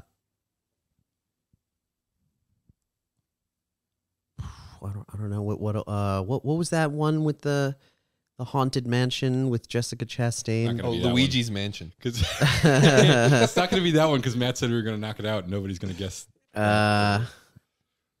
So we Crimson Peak. That's what you're is that saying? what it Crimson is that what it was? Oh, yeah, no, yeah. I'm not going with I like Crimson Crimson Peak. Peak. I don't think that was him. Was that him? Yeah. Pacific Rim. I'm gonna say. Oh, great guess. Wrong. Wrong. I know what it He is. directed Pacific Rim also? yeah, he Yeah. did. Wow. I'm Colin's learning a big things. fan. Yeah, I'm a huge fan of Guillermo Del Toro. I didn't even realize how much of one. All right, Colin, go ahead. I really want to do this answer with an accent, so I'm gonna see Hellboy 2 The Golden Arm. That's right. Wrong. Wrong. That is wrong. Wow. Okay, I guess. It reminds me of I'm gonna delay Harris's guess for a moment. It reminds me of when I used to play NCAA football back in the day when the University of Texas used to have Colt McCoy. And literally every time I threw a pass, I would just go, the golden arm of Colt McCoy. Every time. The golden arm. Oh, Lighthammer is turned into a bad guy. I am going to now. guess. We had so many other good guesses that aren't right. I'm surprised it's not Hellboy 2. I will go with. I guess I'll go with Blade 2. Why not? Oh. Wrong. That The is Golden incorrect. Army of. Maybe it is Crimson Peak. Maybe I should fucking gone with This that. point, yeah. Go for it. I know. Oh, it's my turn. Yeah. I'm gonna go with Crimson Peak. Ah, great guess. Wrong. All right, Okay. Colin. It's no. I know what it is now. I know for sure. I know what it is now too. What's Everyone knows the one that's coming out? Like Nightmare Alley or whatever? Nightmare Nightmare Alley is what it's called. Butthole? Have you guys What is it called? seen Is it the Nightmare Alley? original Oh, I got it right. Nightmare Nightmare Alley? Alley is It's my a guess. great Nightmare Alley is a movie. classic. It's a I've great seen it film noir. many times, and That's my guess. I kind your of feel guess? sad that I can't decide if it's good that they're remaking it because I can't imagine it will be. It's a great concept, Yeah. and it could be a fun like reworking of like as long as they don't try to stay true to what the original did. It's like an old 1930s it's a- carnival it's or a- something, it's right? it's a Yeah. 40s film noir. I'm gonna like it. Tyrone Power. It's very good, and it's actually if you watch it, it's one of those film noirs that you're like, wow, they got away with this shit. They, like, Yeah, you know. it's really solid. Anyways, Kronos. His first and his best, arguably, but Wrong. that is wrong. Man, Did you know that Kronos Devil's 1 is- Backbone. oh, that's Wow. that's Devil's Backbone is there you correct. go. Devil's Wow. Backbone, Good job, baby. Suraj. Sorry, I was just gonna say, did you know that Kronos 1 is the Klingon homeworld in Star Trek? That sounds like something you would say. It's super important that I got that said. Sorry, Suraj. See, the ending is the No best worries. part of this movie. This whole like I labyrinth. like this. that they're in. We're not This even close to the ending. There's this still like a half pile hour of to go. skulls is like a Mortal Kombat 2. It's like the pit. Yeah. Yes, and this is It doesn't make sense that Nyssa and Ron Perlman survived this whole encounter, like this whole scene. These whole light grenades. Can somebody explain to me? It's like they're napalm, but also light. It's because Sounds right to it's me. actually what they call like nonsense, where it's just a bunch of nonsense, It and is a lot of nonsense. they're assuming that the average person in the audience will just be like, "Whoa!" Because light. Yeah. For those of you who don't know, which I assume is everyone who's never lived in the world. Yeah, Because yeah. pretty much the first thing we figure out when we live in the world is how light works. And it's like, it doesn't, because the whole idea of a shadow is that light doesn't go around corners. It really doesn't. It like, if there's a solid object in the way, the light stops there. And yet this light goes throughout several tunnels somehow without explanation. I accept it. This guy's real issue is that he bailed on his chainmail. Trying to stink me to death, old man. What is the chainmail guy, like his new outfit? What is this stuff? Like, are they like? It's kind of like Cyber Gladiator. Yeah, because she looks like sort of like Metroid, like what Samus or whatever. She, but she got a little Samus. but that guy's like really half-assing it. He has just like one titty covered and like a shoulder and like. Yep. What is he? It's even my doing? good titty. This is my good titty. This vulnerable titty. Yeah, and they also, it's weird that they, first of all, they decide they're going to murder Whistler and Blade, the Ron Perlman vampire and the Fast and Furious vampire. And they decide that they're going to take Blade out first, or Whistler out first, so they separate the two of them, and then they both gang up on Whistler. And Ron And then, Perlman yeah. goes like, oh, you got this under control. I'm going to take off and let you kill Whistler and leave you alone here. But first of all, like, they don't even know this is going to be the end of the mission. Ron Perlman already knows the bomb doesn't work right now. They might still have to kill these Reapers at some other point. So why are they like, I don't know. I just don't understand why they jumped the gun. And also I don't understand why they don't just murder Whistler together.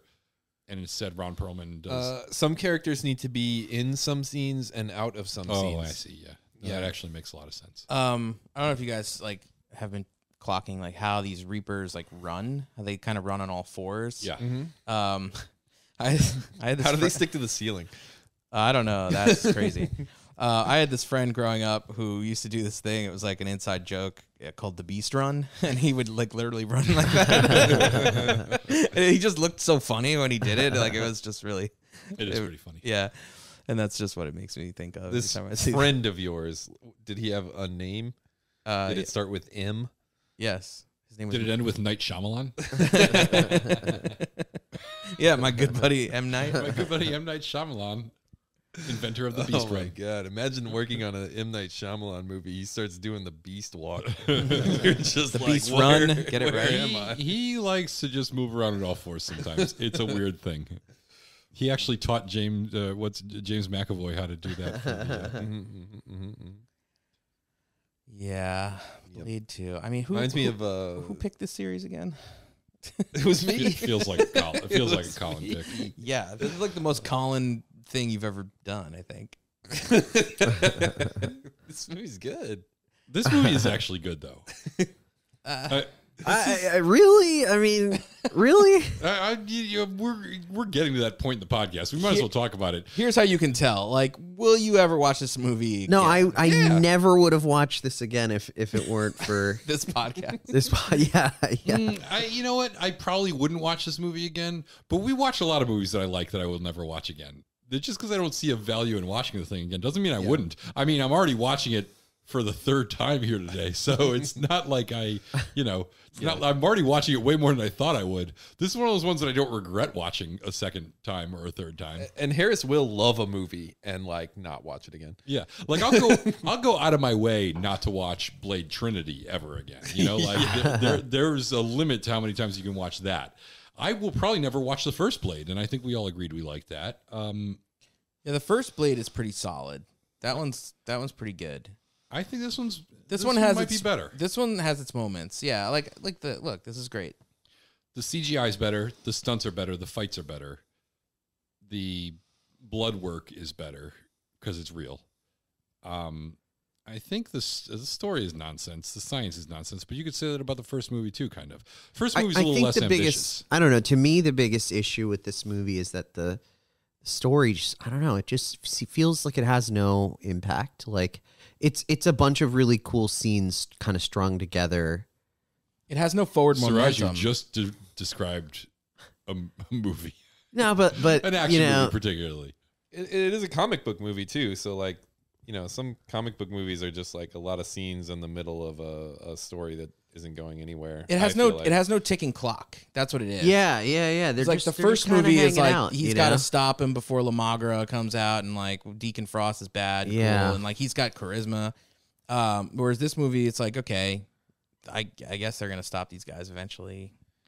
Yeah, I think part today, of that maybe is tomorrow. like the Nomak monsters, the Reapers or whatever. They're going after the vampire world first. If they were going after like just whatever first, they're multiplying really fast. Except Nomak's goal is to, I guess, get revenge.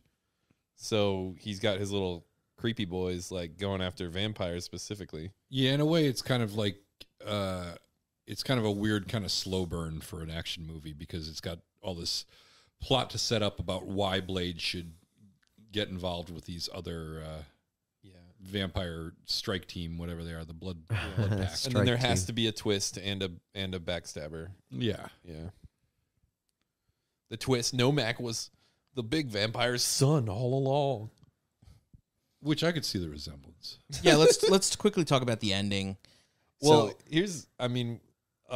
special effects wise, the CGI is of its time, and but there are some like really good practical effects.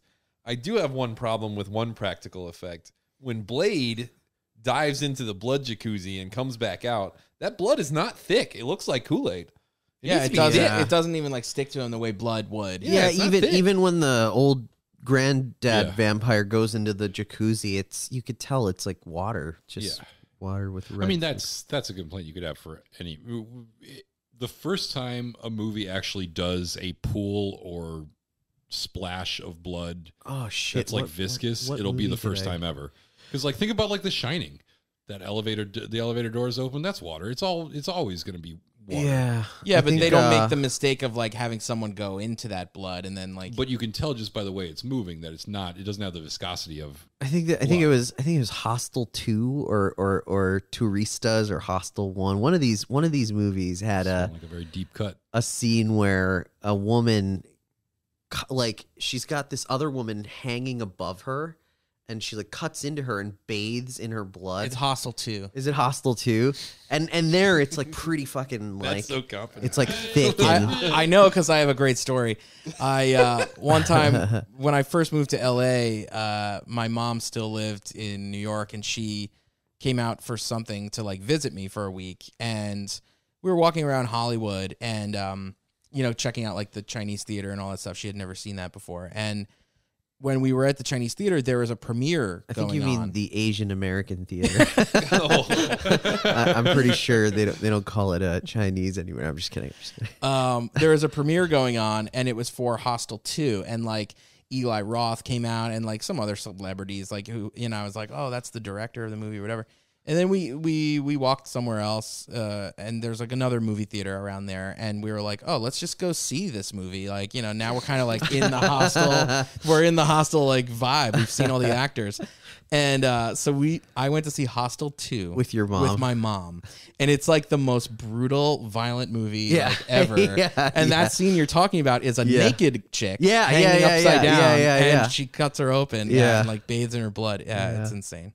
A guy gets his penis bitten off by like a dog or something, right? Yeah. It was insane. So what'd your mom say? Like 1 to 10? She ranked it. She gave it 7 Timothy Dalmatians. Did she give it a license to I remember the first week I moved out here. My mom was here as well before USC, and we went to a Trader Joe's. And I saw Ron Jeremy.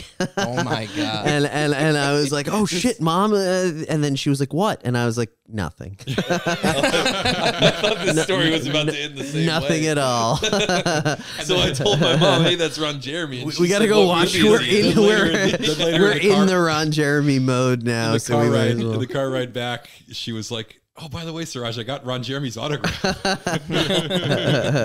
Huge fan.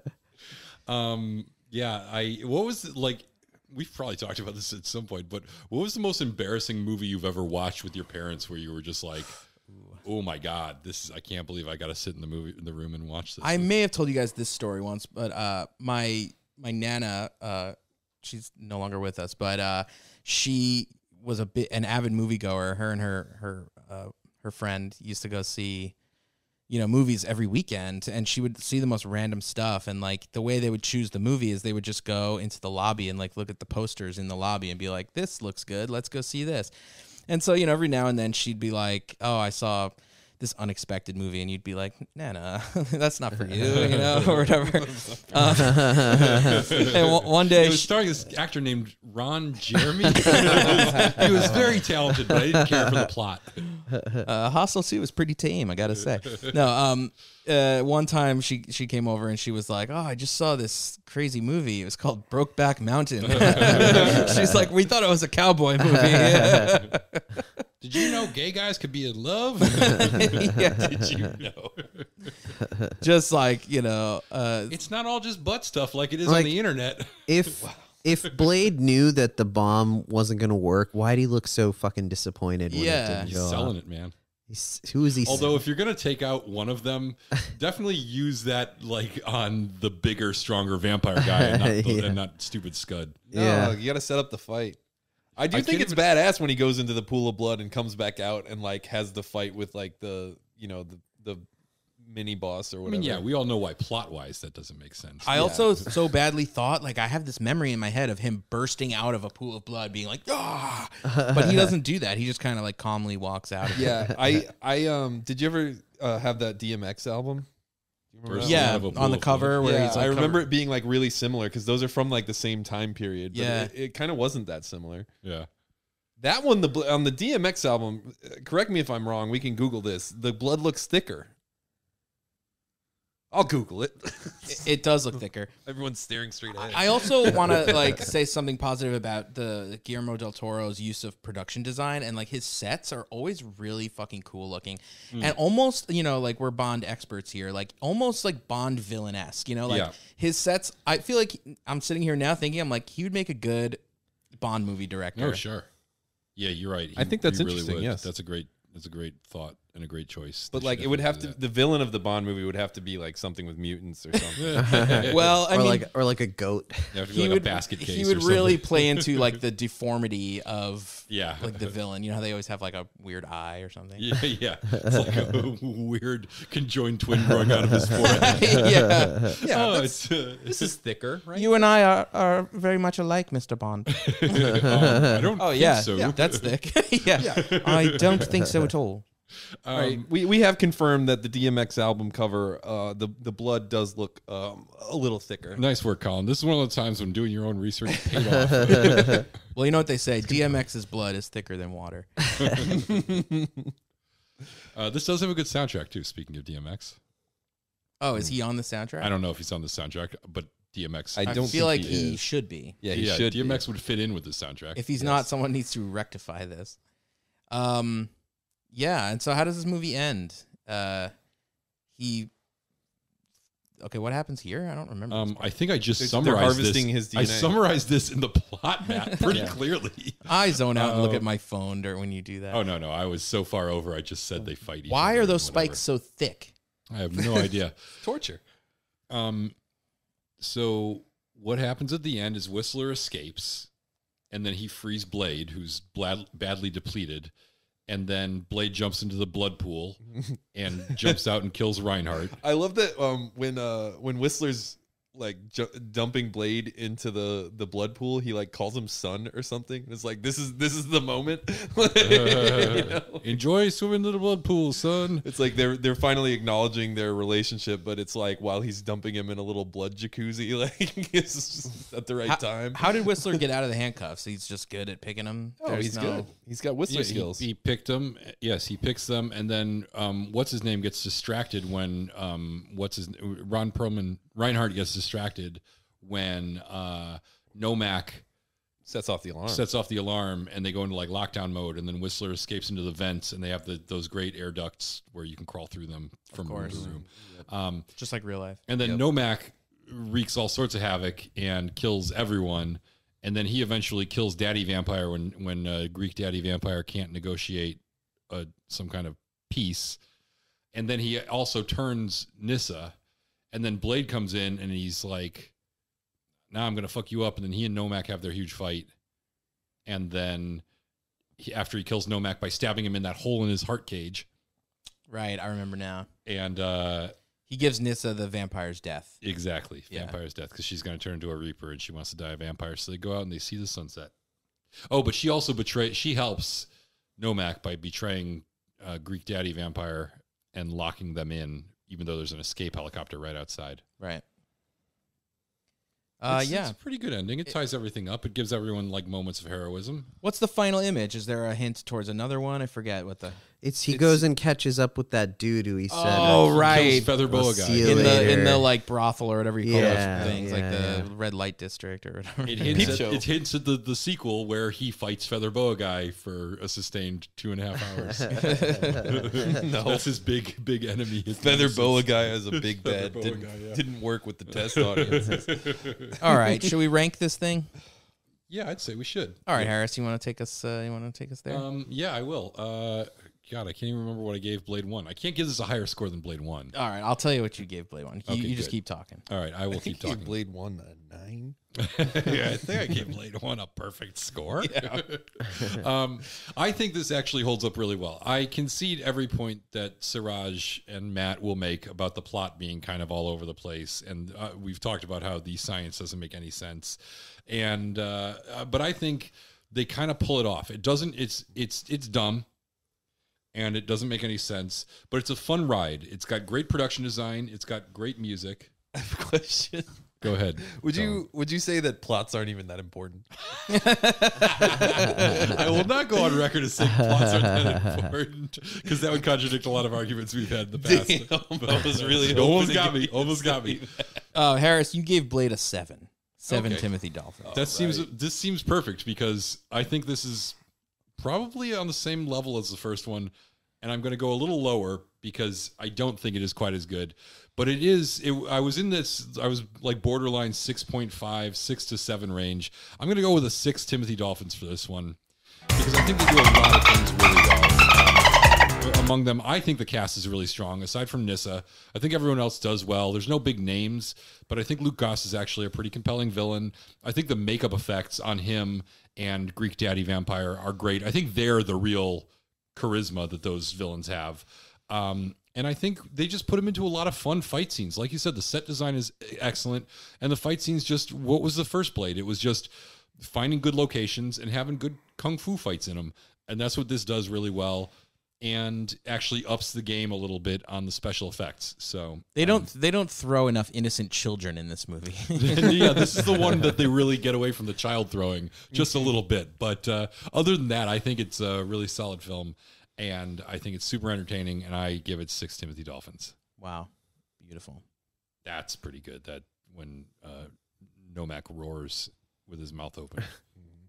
Yeah, when he was feasting on that guy right there. That looked pretty gnarly. These blast doors on this vampire hideout are too slow. Yeah.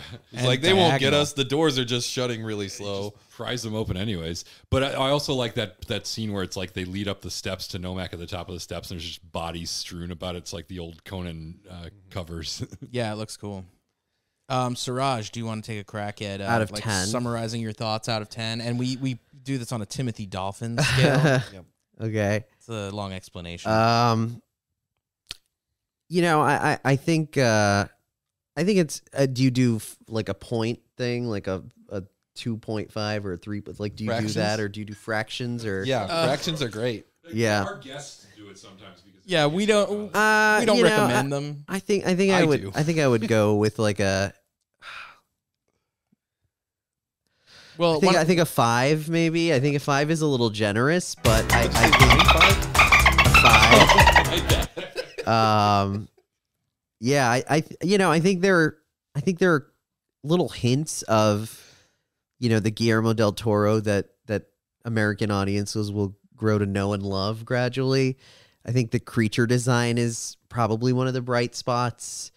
I think the big issue for me is, I don't know, it's just feels like such a kind of generic, forgettable early 2000s action movie, like there's no fight that stands, like even when I think of like Terminator 3, Rise of the Machines or something, like there's that epic chase scene, or like obviously there's like the Matrix that had like those. Are you comparing this unfavorably to Terminator 3 or? I am, yeah. I think like I can picture fight scenes or the chase scene from Terminator 3 in my head right now. Make a note to have Suraj back if we ever do Terminator 3. Yeah.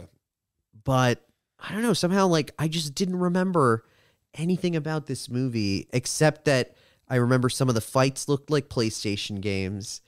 And I think going off with what Harris was saying before, I actually watching it now this third time, I actually think Nisa was one of the bright spots. She was, yeah, and I don't know. I mean, Wesley Snipes is actually, I think, pretty solid. He's doing his thing, looking great there, covered in Kool-Aid. Ron Perlman, I think, is actually kind of wasted in this movie a little bit too. Agreed. They set him up like he's going to be really awesome, and then it just never really pays off. This fight has that, what is it called, a suplex in it? Oh, yeah. Yeah, I don't know. I mean, everything. Suraj is like, that's not a positive for me. Yeah, by the time, like these guys start dying, like, is Scud dead at this point? Does it even matter? Who are those guys? Donnie Yen is dead. Priest is dead. Chainlink guy, is he dead at this point? Yeah, he's dead. They're all dead. Yeah. I thought the Blood Pack would die, though.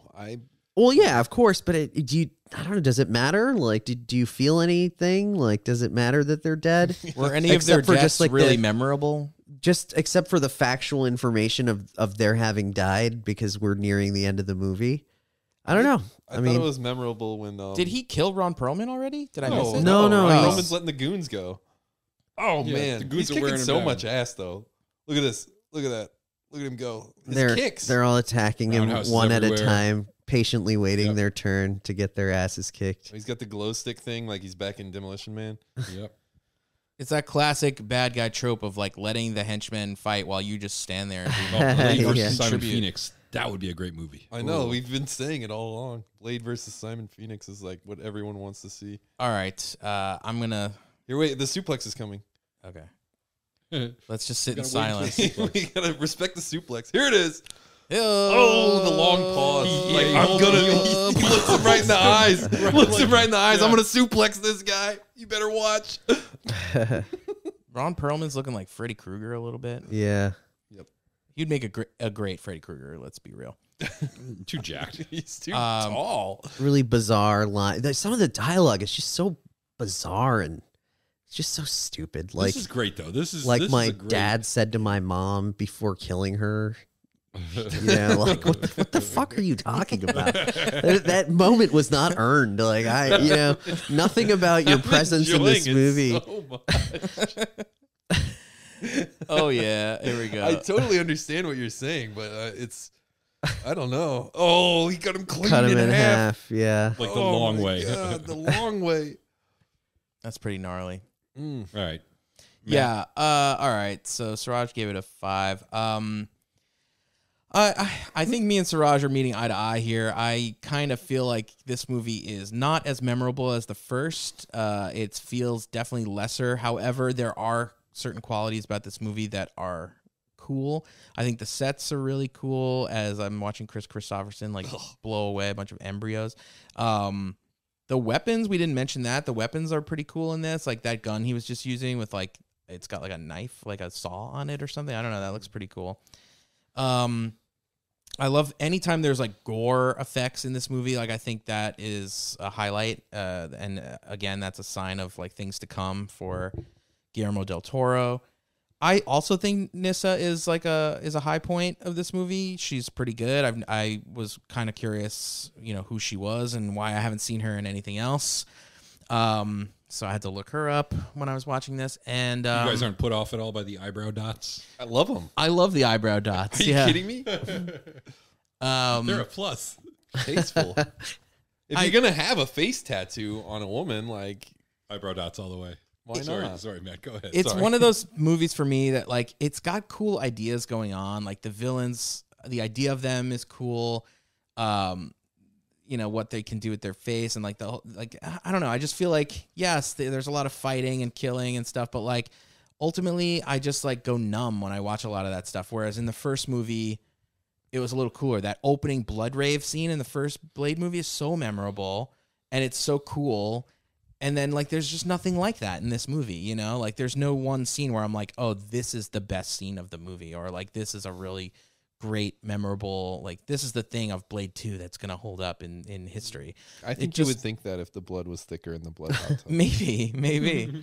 I think the thing that is memorable about this movie is that their chins open up and he bites people like that. And that's it. You need more than that?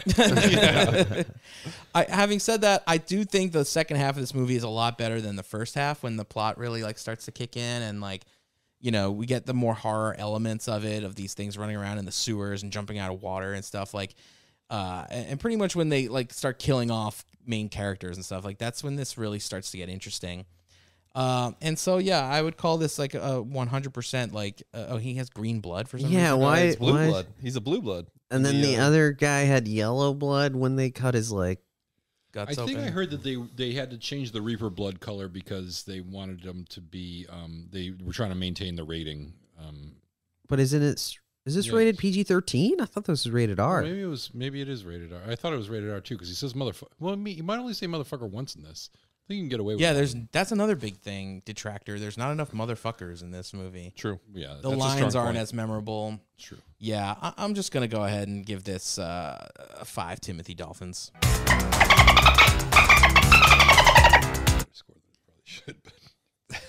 Yeah, I think 5 is pretty generous for this, honestly. Yeah, it's a middle of the road. Not gonna bring that it's down. not bad. I wouldn't tell someone not to watch this movie. It's, I would give it a license to watch.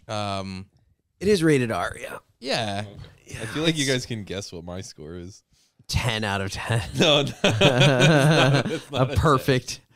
A perfect movie in every way.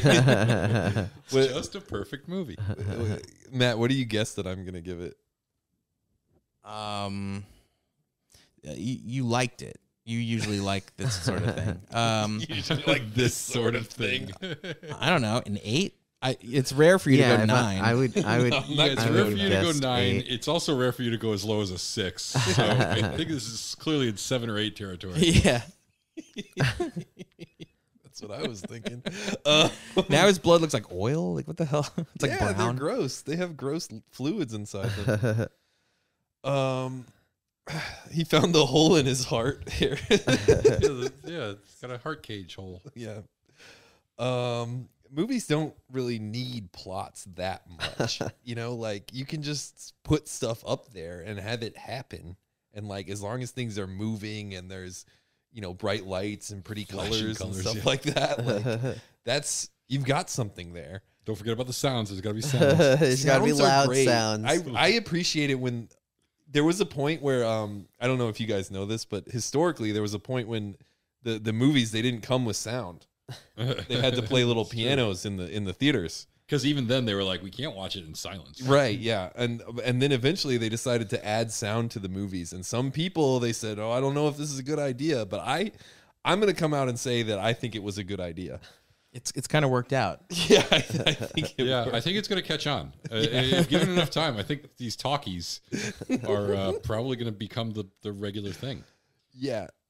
You can see just in this. Sorry, I don't want to interrupt, but we're watching the final fight with Blade and Nomak, and you can see in this, like, there are so many shots that are CGI, and then there are other shots that are wire work and are just really good stunt choreography. And the difference is like night and day. Like, the CGI shots are terrible. Yeah. And the wire work ones, some of them are really impressive. Some look really good. It's just, I don't know. I feel like wrestling was I feel like I should drop down my score. I feel like pro wrestling was you can't do that. I feel like pro wrestling was having a. Well, what did you give it again? Like a 9 or something? 6. Yeah. Okay. Harris gave it a 10, obviously. I feel like pro wrestling was having a moment during the time that they were producing this, because you're seeing the elbow drops and the suplexes and all that stuff. Moves, yeah. Yeah, I don't know what happened with that. It must have been some marketing guy was like, your target audience also likes this. I remember when Matrix Reloaded came out, or whatever movie has like the one where he fights all the Agent Smiths. Yeah, it's Reloaded. Yeah, that was like a big deal that they had figured out how to make a CGI human character and like have it move around. So they claimed. Right. Humans are made out of elastic, right? Humans are PlayStation 2, right? Like our eyes can do like PlayStation 2 level graphics. Right. Yeah, so this is clearly like jumping off that bandwagon. Yeah, for sure. Colin, finish your thought. Anyways, back to my rating of this movie. I had a great time watching it. I have like no problems with it. This movie it's a good time. A good time was had by all, no matter what is said. And the plot is enough of a plot to be called a plot. I'll say that. And I'm gonna rate it with 7 Timothy Dolphins. A perfectly Colin score. Yeah, and like glazed donuts aren't as good as unglazed donuts, and sprinkles add so much to the texture of a donut. Damn, I really want donuts now. I know. Sprinkles. I don't know. How do you feel about steel beams and jet fuel, Wait, Colin? If you were taking all these controversial stances. Hold on. Yeah, exactly. If you're like a Nomak and you're eating like a blood donut, do you put your tongue through the middle hole and the chin jaws around? Yeah, I assume you all take it in one bite. Yeah. If it's a jelly donut, then you're definitely getting the. Oh the yeah, you got to go puncture straight of to the jelly. you're Oh getting yeah, juice, with the little mouth part. Yeah. Obviously. You guys agree on that, or? Well, we've reached the end of our show. Suraj, thank you for doing this. Thanks do for you have having anything me. you want to plug? Anything you're working on that you is coming out? I don't do any. No, no. I think I'm good. I have some stuff in development, but it's no Blade 2, so we've got a rough road ahead of us. Well, if anybody's selling a house and they want to reach out to us, Yeah, Suraj is in the market.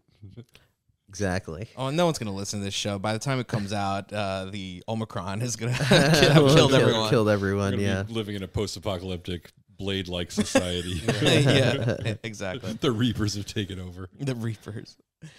Cool. Well, yeah, this has been Blade 2. Oh, do you have any are you on social media, Twitter or anything that people Yeah, can I follow? think I got some of those. I think it's just Google me or something. Really? You're not just No, it's I think it's Surge Das 19 on Instagram and Twitter and all that fun That'll stuff. make it easier to Google. Yeah, I'll put it in the Yeah. notes with proper spelling and pronunciation. yeah. It's a long story. Yeah, it's a very long. He was just really into that brief energy drink. Surge was a competitor for Mountain Dew. Yeah, I was really was. really into Surge. Yeah. I remember I used to sneak Surge out into the backyard and slam them to get high on caffeine. And you are their target demographic. They were like, if we could just find 1 million of these guys. Yeah. Yeah, so that's it. Blade 2. It's an instant classic. Do we give this a license to watch? Yes, we do. Barely. Barely has a license to watch. What do you mean? Watch it. I'm gonna say just do Google image search for Leonore Varela and just call it. Find her Maxim spread. Leonore Varela Maxim. That's the Those are the lasting keywords. mark of this movie. Yeah. If anyone wants to read the article or like the interview with her, go for it. It changed Suraj's life. It's the reason I got into movies, actually. Wow. The reason I got into movies. That checks out. That's a beautiful story. Whacking it to Maxim. And just like, hey, Nobody said whacking it if yet. I made movies, I bet I could meet some of these actresses. In fairness, her beauty was also what got Blade on board with this vampire truce. And Exactly. So it's not, it's no small thing. Hey, good thing they brought Whistler back. That's all I gotta say. Did you notice that Whistler's wearing Blade's vest from the first one? That's where those seatbelts went. I noticed the seatbelts too. Yeah. Yeah. This is what was it, 2002 or something? Right? This movie came out 2002. Great. I was still in high thought. school. Question. So. If only one of us Might can be look it up. 2001. I've already closed my laptop. So This is 2002. This movie. All right, Blade 2, the Bladening. What would be the subtitle? yeah, they really didn't. They sort of half. Was this back before they had fancy names for things? Yeah. Blade 2, Reaper Madness. Blade 2. Reaper Madness. That's good. Return of Blade. All right, that's it. David S. Goyer. How can we go out? Can we sing the Blade theme song from the first movie, Colin? The rave song? Oh, I thought there was like a Blade. Blade! His name's Blade! He's a vampire. Yeah, I think you got like a little 70s funk going. That's for the Richard Roundtree version. Yeah, they just they I hear wrote that the Cat song and they Blade just is kept it. one bad mother. Shut your mouth. Shut your mouth. Copyright infringement. Yeah. All right. Thanks for listening. Please remember to rate, review, and subscribe if you like this show. Tell your friends about us. Tell your family about us. Tell total strangers about us. Thank you to our guest, Suraj Das. And as always, thank you to Chris Morocco, a.k.a. C-Rock, for doing the remix of the Blade theme for this series. Do yourself a favor and please join our Patreon by going to patreon.com/L2W and subscribe now for just $1 a month. Help support the podcast by joining. You get instant access to over 40 bonus shows that feature us covering non-franchise classics with a new episode every single month. And again, that's www.patreon.com/L2W. License to Watch is a part of the Fandom Limb podcast network, so be sure to check out some of their other awesome shows. And join us next time for Blade Trinity.